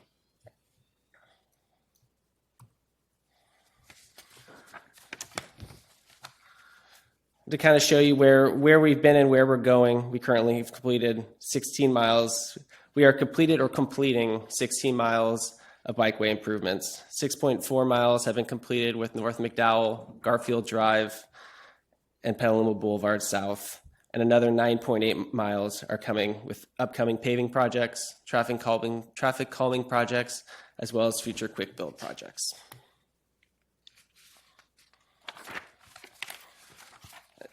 And to kind of talk about some of the stuff we were talking about budget, the Safe Streets nomination launched in fall of 23, and we received over 659 nominations to date, which has been ranked based on collision history and proximity to parks and schools. The CIP budget for 24-25 is increasing from $423,000 to $873,000. This increase will allow us to obtain local grants to match a Safe Streets for All grant application that the city has submitted in conjunction with SCTA, the Sonoma County Transportation Authority. This application has been submitted to SCTA, although it's due August. The grant application was a quick build proposal that would include quick build projects citywide, trying to tackle a lot of those big corridors that are needed for traffic calming. The Safe Streets for All application does require a 20% match. So this $423,000 would make a substantial approach to being able to leverage that money and being able to get upwards of $2 million on the Safe Streets for All application. And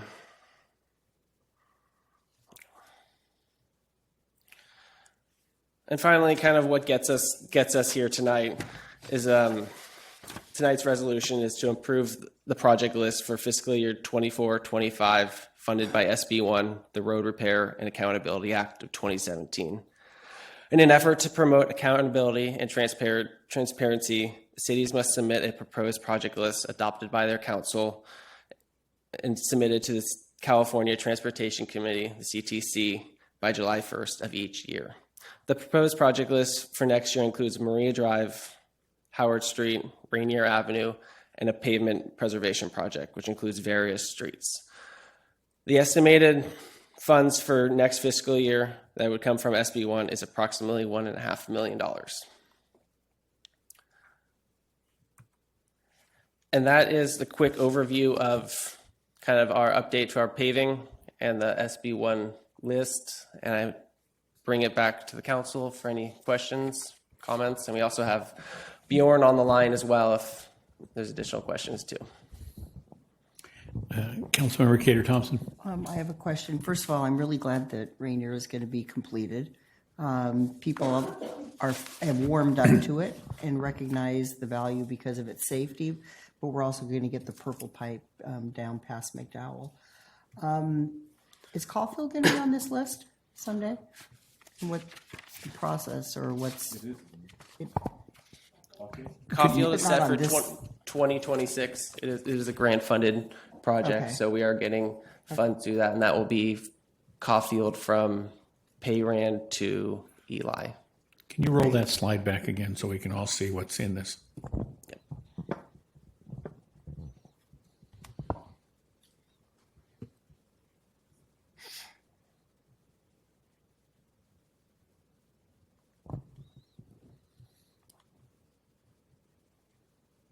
Yep. Now I get the PowerPoint right.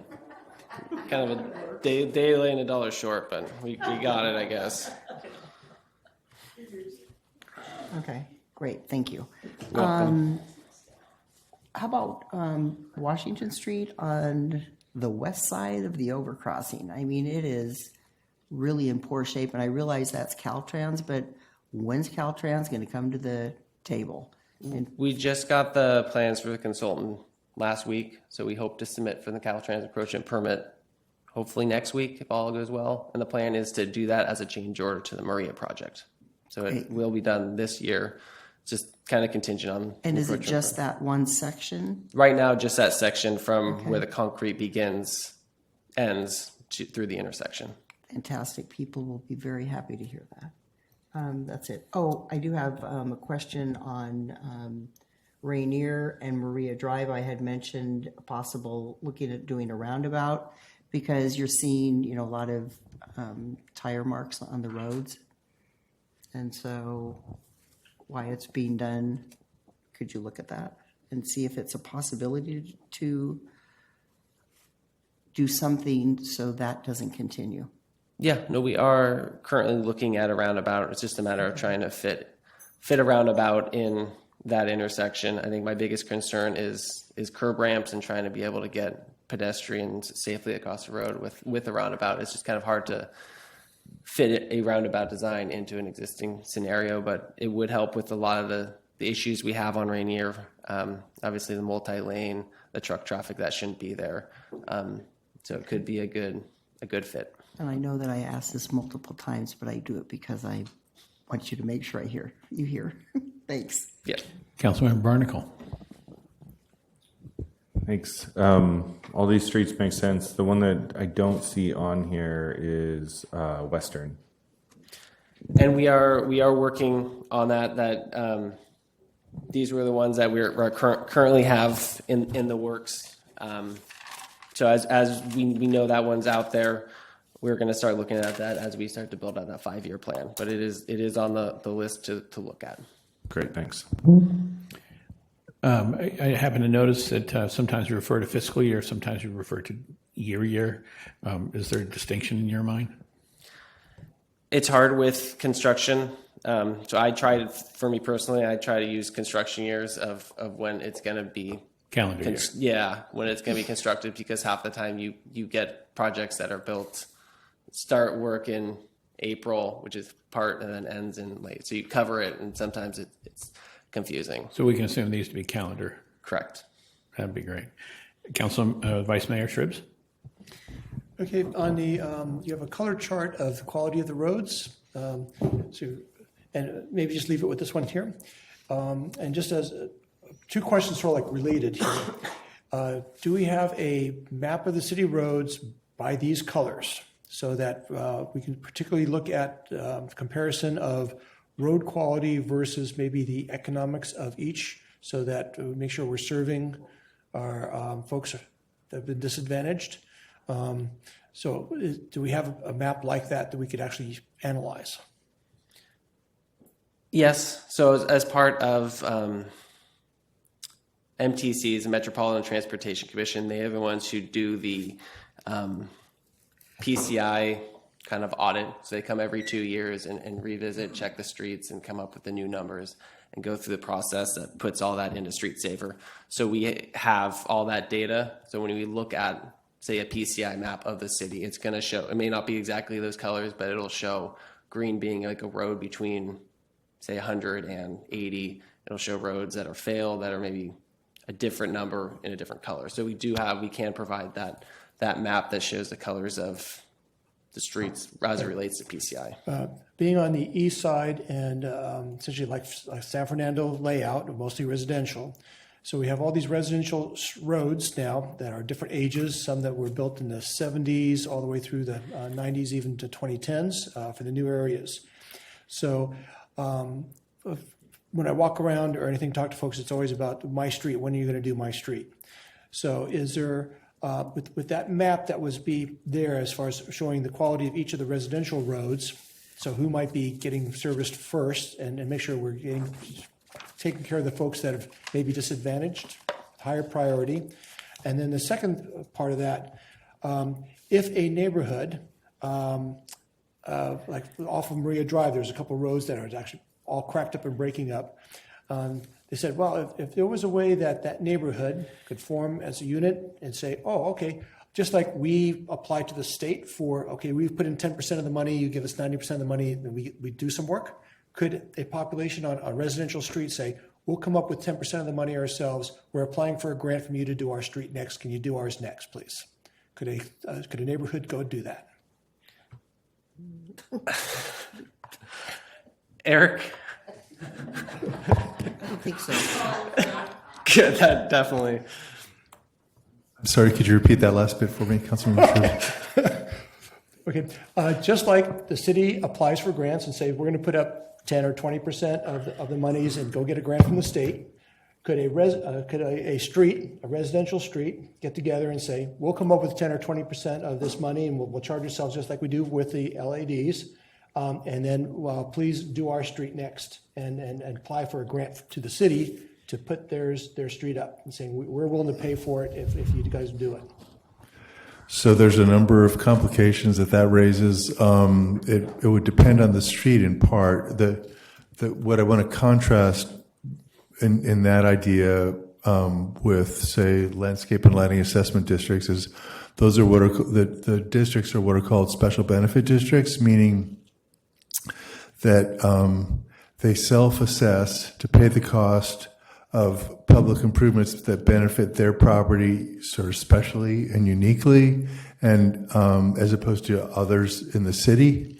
And even with respect to those districts, under Prop 218, they need to be structured so that those within the district that get greater benefit pay more of the cost, et cetera. So that approach is not appropriate for general infrastructure that's used by many residents throughout the city and doesn't have property-specific benefits.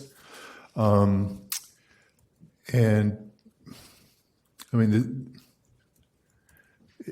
well, just leaving it instead of LAD type structure. Just think of asking for a grant. I was coming up with a percentage of monies to ask for our street to get done.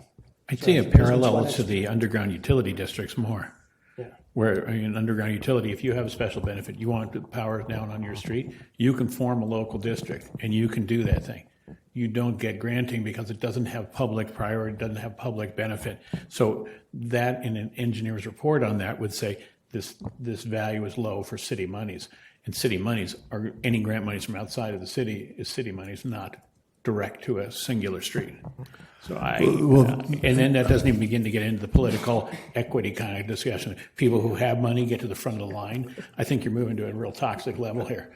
So yeah, I just asked because I've been asked, so I just thought I'd just find out for sure. And clearly that energy isn't I mean, the vice mayor is not putting forward that energy, but it could lend itself to concerns like that. And also just the very nature of the analysis that, that Jeff talked about of, making sure we don't let the recently improved streets become the near future bad streets that are going to require a huge outlay again by keeping them maintained. That shows the criticalness of timing of this, and that the city transparently and accountably to the public, but control the timing of the overall program. And if private funding is able to skip ahead, that creates that potential problem too. So I think there's a number of issues there. I mean, maybe there's some kind of fundraising component that could have, but another question I would put out there to be considered, and this is something that the mayor frequently raises, is just the bandwidth as a whole for delivering the CIP projects.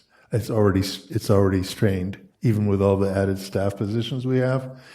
Even recognizing that we're not self-performing the work, we're contracting for it, but we still have to manage those contracts, and it takes a lot of work to do effectively and ensure that we don't have cost overruns that diminish our ability to deliver the sum of projects we want to.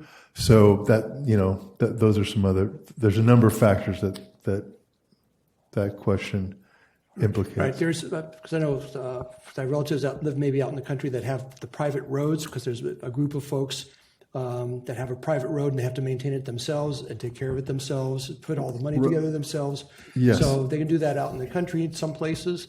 Is it possible to do that here in the city? That's just a question that was raised up. I just thought I'd just get the answer. Yes, it's possible, but I think he was rhetorical on that. Oh, I'm sorry. I don't think that was a question. No, that wasn't a question.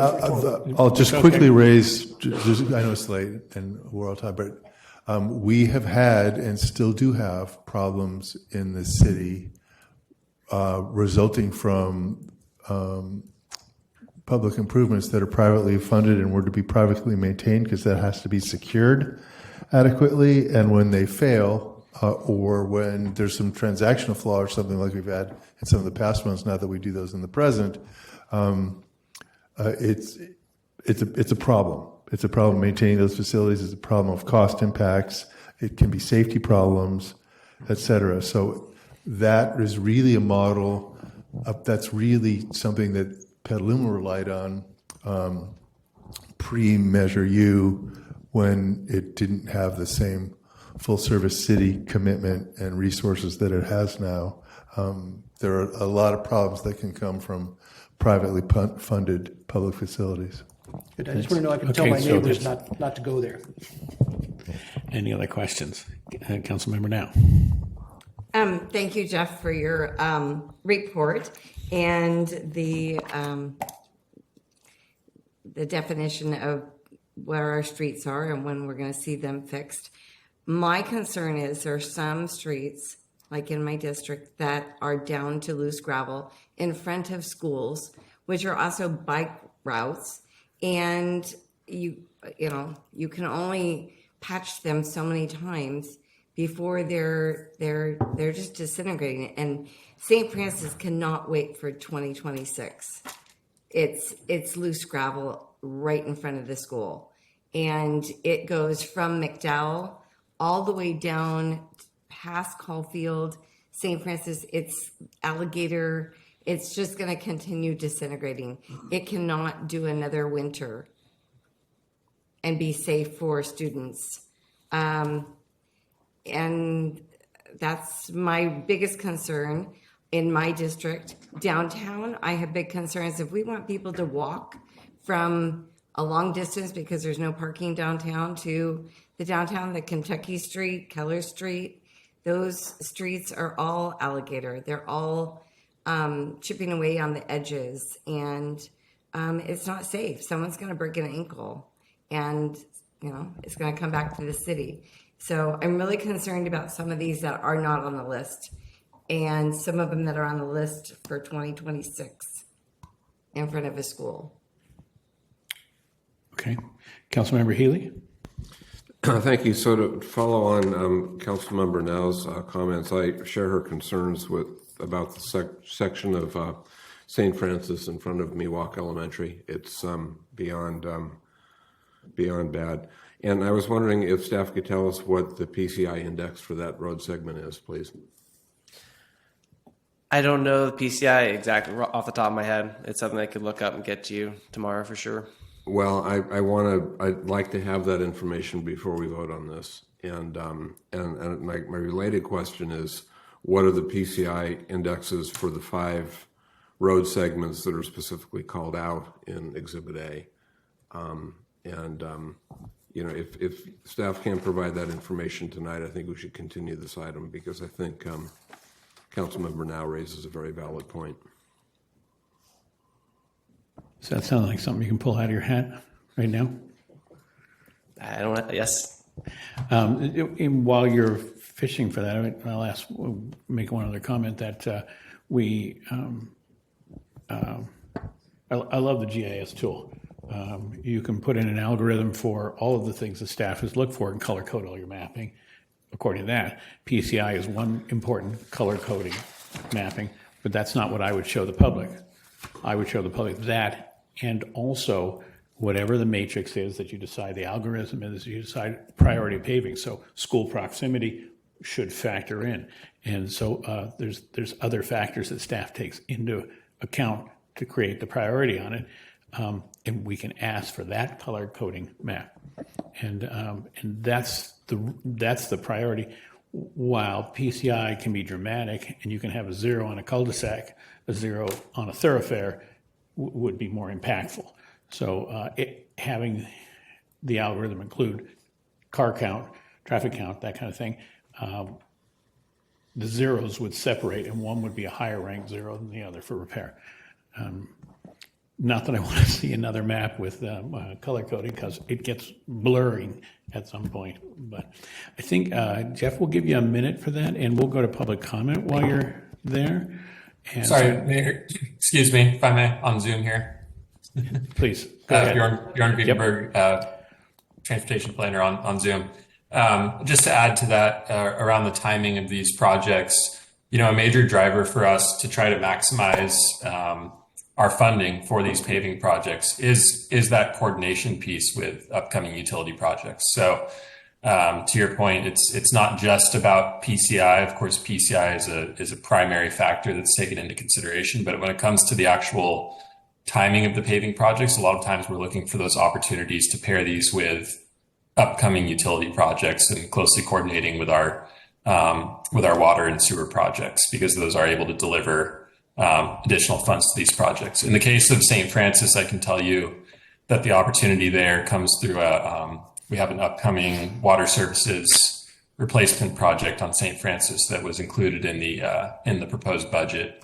And so that was the major driver for the timing of that work. What is the timing of that work?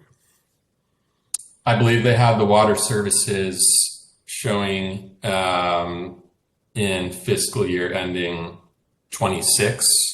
And so that's where we're showing the paving project in 2026. It's the water services for that CIP project covers really that much of that neighborhood. So I'm looking at Exhibit A, which contains pavement restoration projects for FY 25-26, and St. Francis is not there.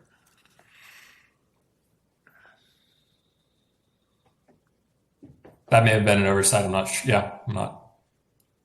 sure, Jeff, if you have. Is it a question of funding source? Are they one funded from SB1 and the other funded from? Which one are we talking about? St. Francis? I think it might just be an oversight on my part. We'll go back and look at what St. Francis is. We were, to Bjorn's point, trying to match up utility projects with projects, as kind of was somewhat insinuated about project selection. One of the big things that we are working on is a prioritization of these projects, trying to get them prioritized. I mean, you've all mentioned it, like, why not this street? And it's very hard to choose that street over any other street because they're all very similar, and they all have a lot of people who have needs and wants. So as we are moving forward, we are trying to create some standard prioritization. Some of the things we're looking at is safety, a number of accidents, the high injury network, the location, if it's close to a park, close to a school, how does it rate on the traffic calming, how many complaints have we gotten? Another one is utilities, looking at utility projects, water services, water main, sewer, somewhat like Howard, where we have all three, which makes a very good project because it is primarily funded by utilities, but then we could focus kind of our street efforts on those complete streets builds like curb ramps, sidewalks, and all that. And then obviously there's kind of what we call it geographic equity of looking at kind of that split to try to get a balanced look at the city whole wide. So more to come on that, but that's the future we're trying to get it to, is to have more of a standardized approach that we look at these, and very similar to PCI, we get a rating. Can I clarify? So are staff saying that you might want to add St. Francis to this before it gets submitted to the state? St. Francis has been started in design. It is nowhere near being construction ready. So we would need to, right now the focus has been Howard getting Maria done. So we need to ramp up St. Francis. My question was about FY 25-26 because Exhibit A covers 2 years. We can add it to the list. This list for SB1 allows for definitely modification. I typically put in that 25-26 as just kind of a mention. It is not required by the SB1 requirements. If we can do that tonight, I think that would be great. Okay. And is that a thing you can do tonight? Is that where Yeah. Are we making an agreement here? Just trying to capture the difference between question and commitment here. Yeah, we can, if that's something that we want to move forward. Do we have that kind of flexibility, I think is what I'm asking. Can I add something, Mr. Mayor? Please. Bjorn, you were at the meeting where we talked about the safe streets at Miwok School, and it was a possibility of possibly making it one of those greenway streets to make it even safer. How would that work in the process? So that's the approach that our team is taking in accordance with our complete streets policy and a resolution that City Council adopted years ago. With every paving project, we're looking at maximizing those opportunities to improve, to calm traffic and improve safety and accessibility for all road users. To your point earlier, St. Francis is it's a planned bike route for the city, and it has really great potential, as many people called out at that Safe Routes to School task force meeting and in our walk audit. It's kind of the East Petaluma's version of it has the potential to be East Petaluma's version of what we're doing on 5th Street, right? With taking advantage of the fact that this is a nice, calm, lower traffic street that runs parallel to South McDowell, and so there is a really exciting opportunity there to give it those enhancements to further calm traffic and really define it as a major as a great corridor for people walking and biking, and that's the opportunity that's presented really with paving projects. Yeah, you can even take St. Francis from McDowell parallel all the way down to the pedestrian overpassing that goes to Target over the freeway. Yeah. So and I think that is a wonderful opportunity on the east side to have a bike route that's paved immediately. And hopefully, you all are seeing City Council, we're really making a concerted effort with these paving projects to do a lot of upfront community engagement so that we really understand what the community wants to see out of these paving projects. And, we're not just putting the streets back as they are. We're really trying to invest that time in the planning and design stage to make sure that we're capitalizing on these opportunities. And, so that was our recent workshop with you on Howard Street was indicative of that new approach we're taking with really thoughtful upfront planning before we get too far along in the design. Okay, so let me push this to the public for public comment, and then we'll bring it back up to council one more time. And so, Madam Clerk, will you take over from this point? Yes. We have not received any online public comments, but members of the public attending in person should bring their speaker card to the clerk's desk if they have not already done so. Speakers are reminded to be respectful in their comments and that this meeting is being translated. Please pause between sentences for translation.